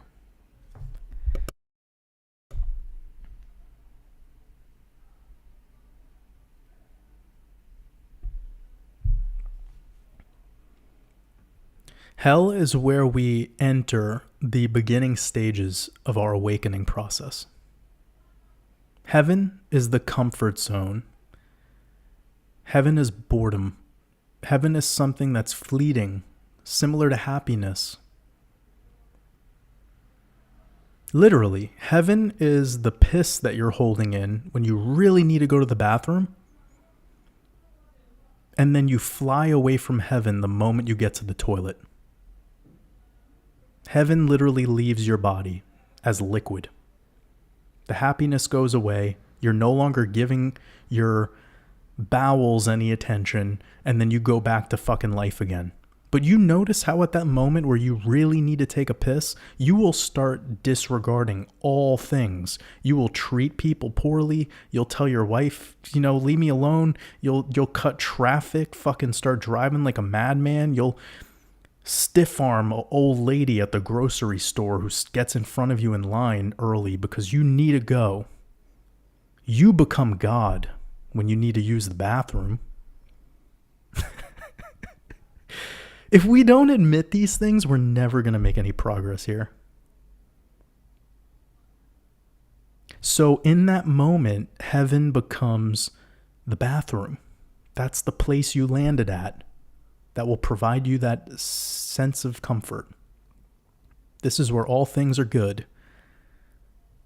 It's fucked up to reduce it down to this, but that's a necessity.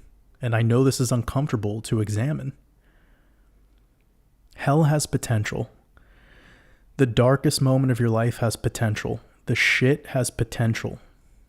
The falling and scraping your knee has potential. It's a motivator to say, get the fuck back up and let's be better. Hell is the most beautiful place. And if you think that it's something that you arrive at after you die, it's time to wake up. Heaven is a trap of the obedient. It is a false program. It's literally heaved up in your head with your brain. This is the mind. This is thoughts.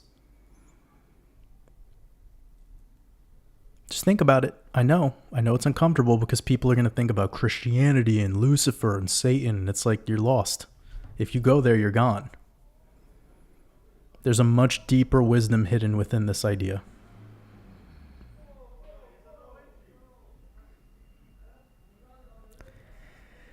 Inna Ash, I appreciate the last minute super chat.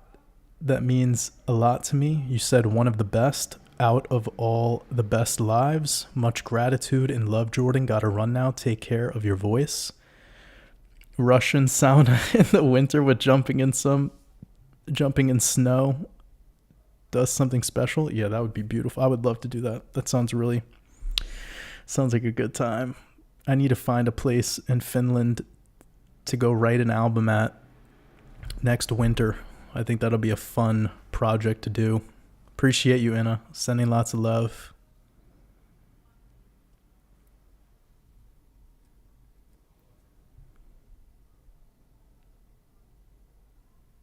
All right, family.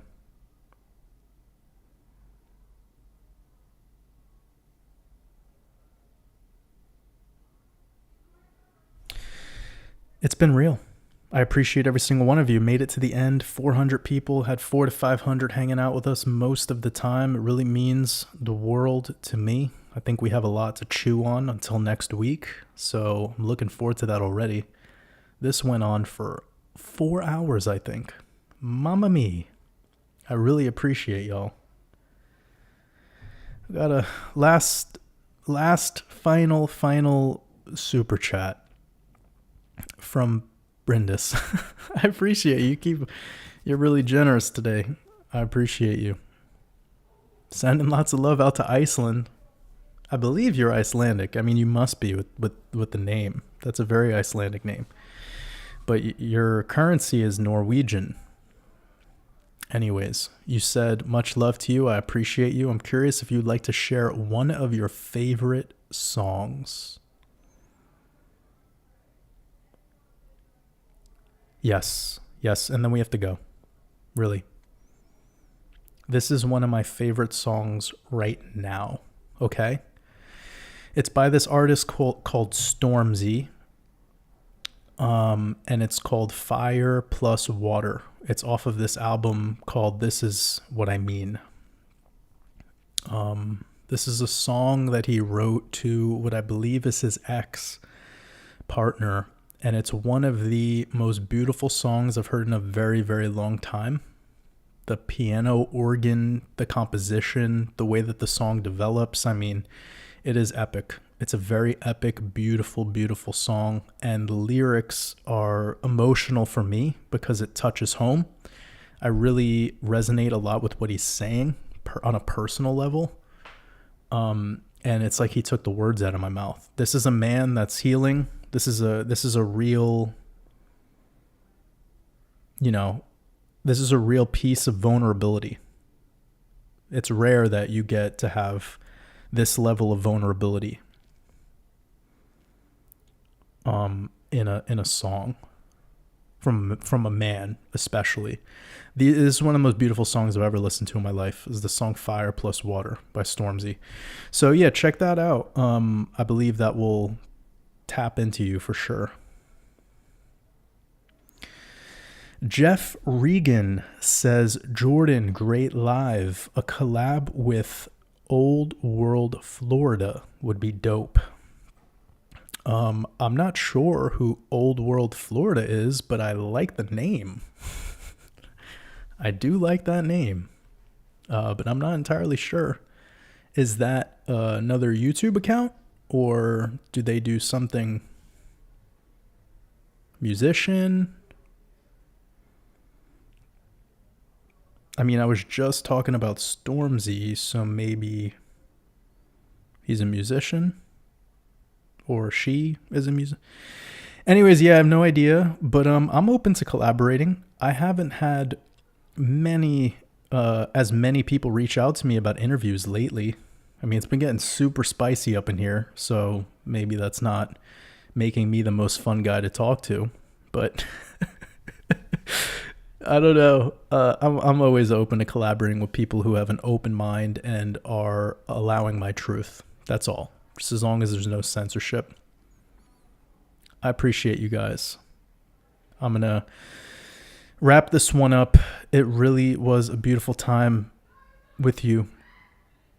Probably one of the best live streams ever. So much love, family. I'll catch y'all on the Red Pill podcast tomorrow over on Patreon. And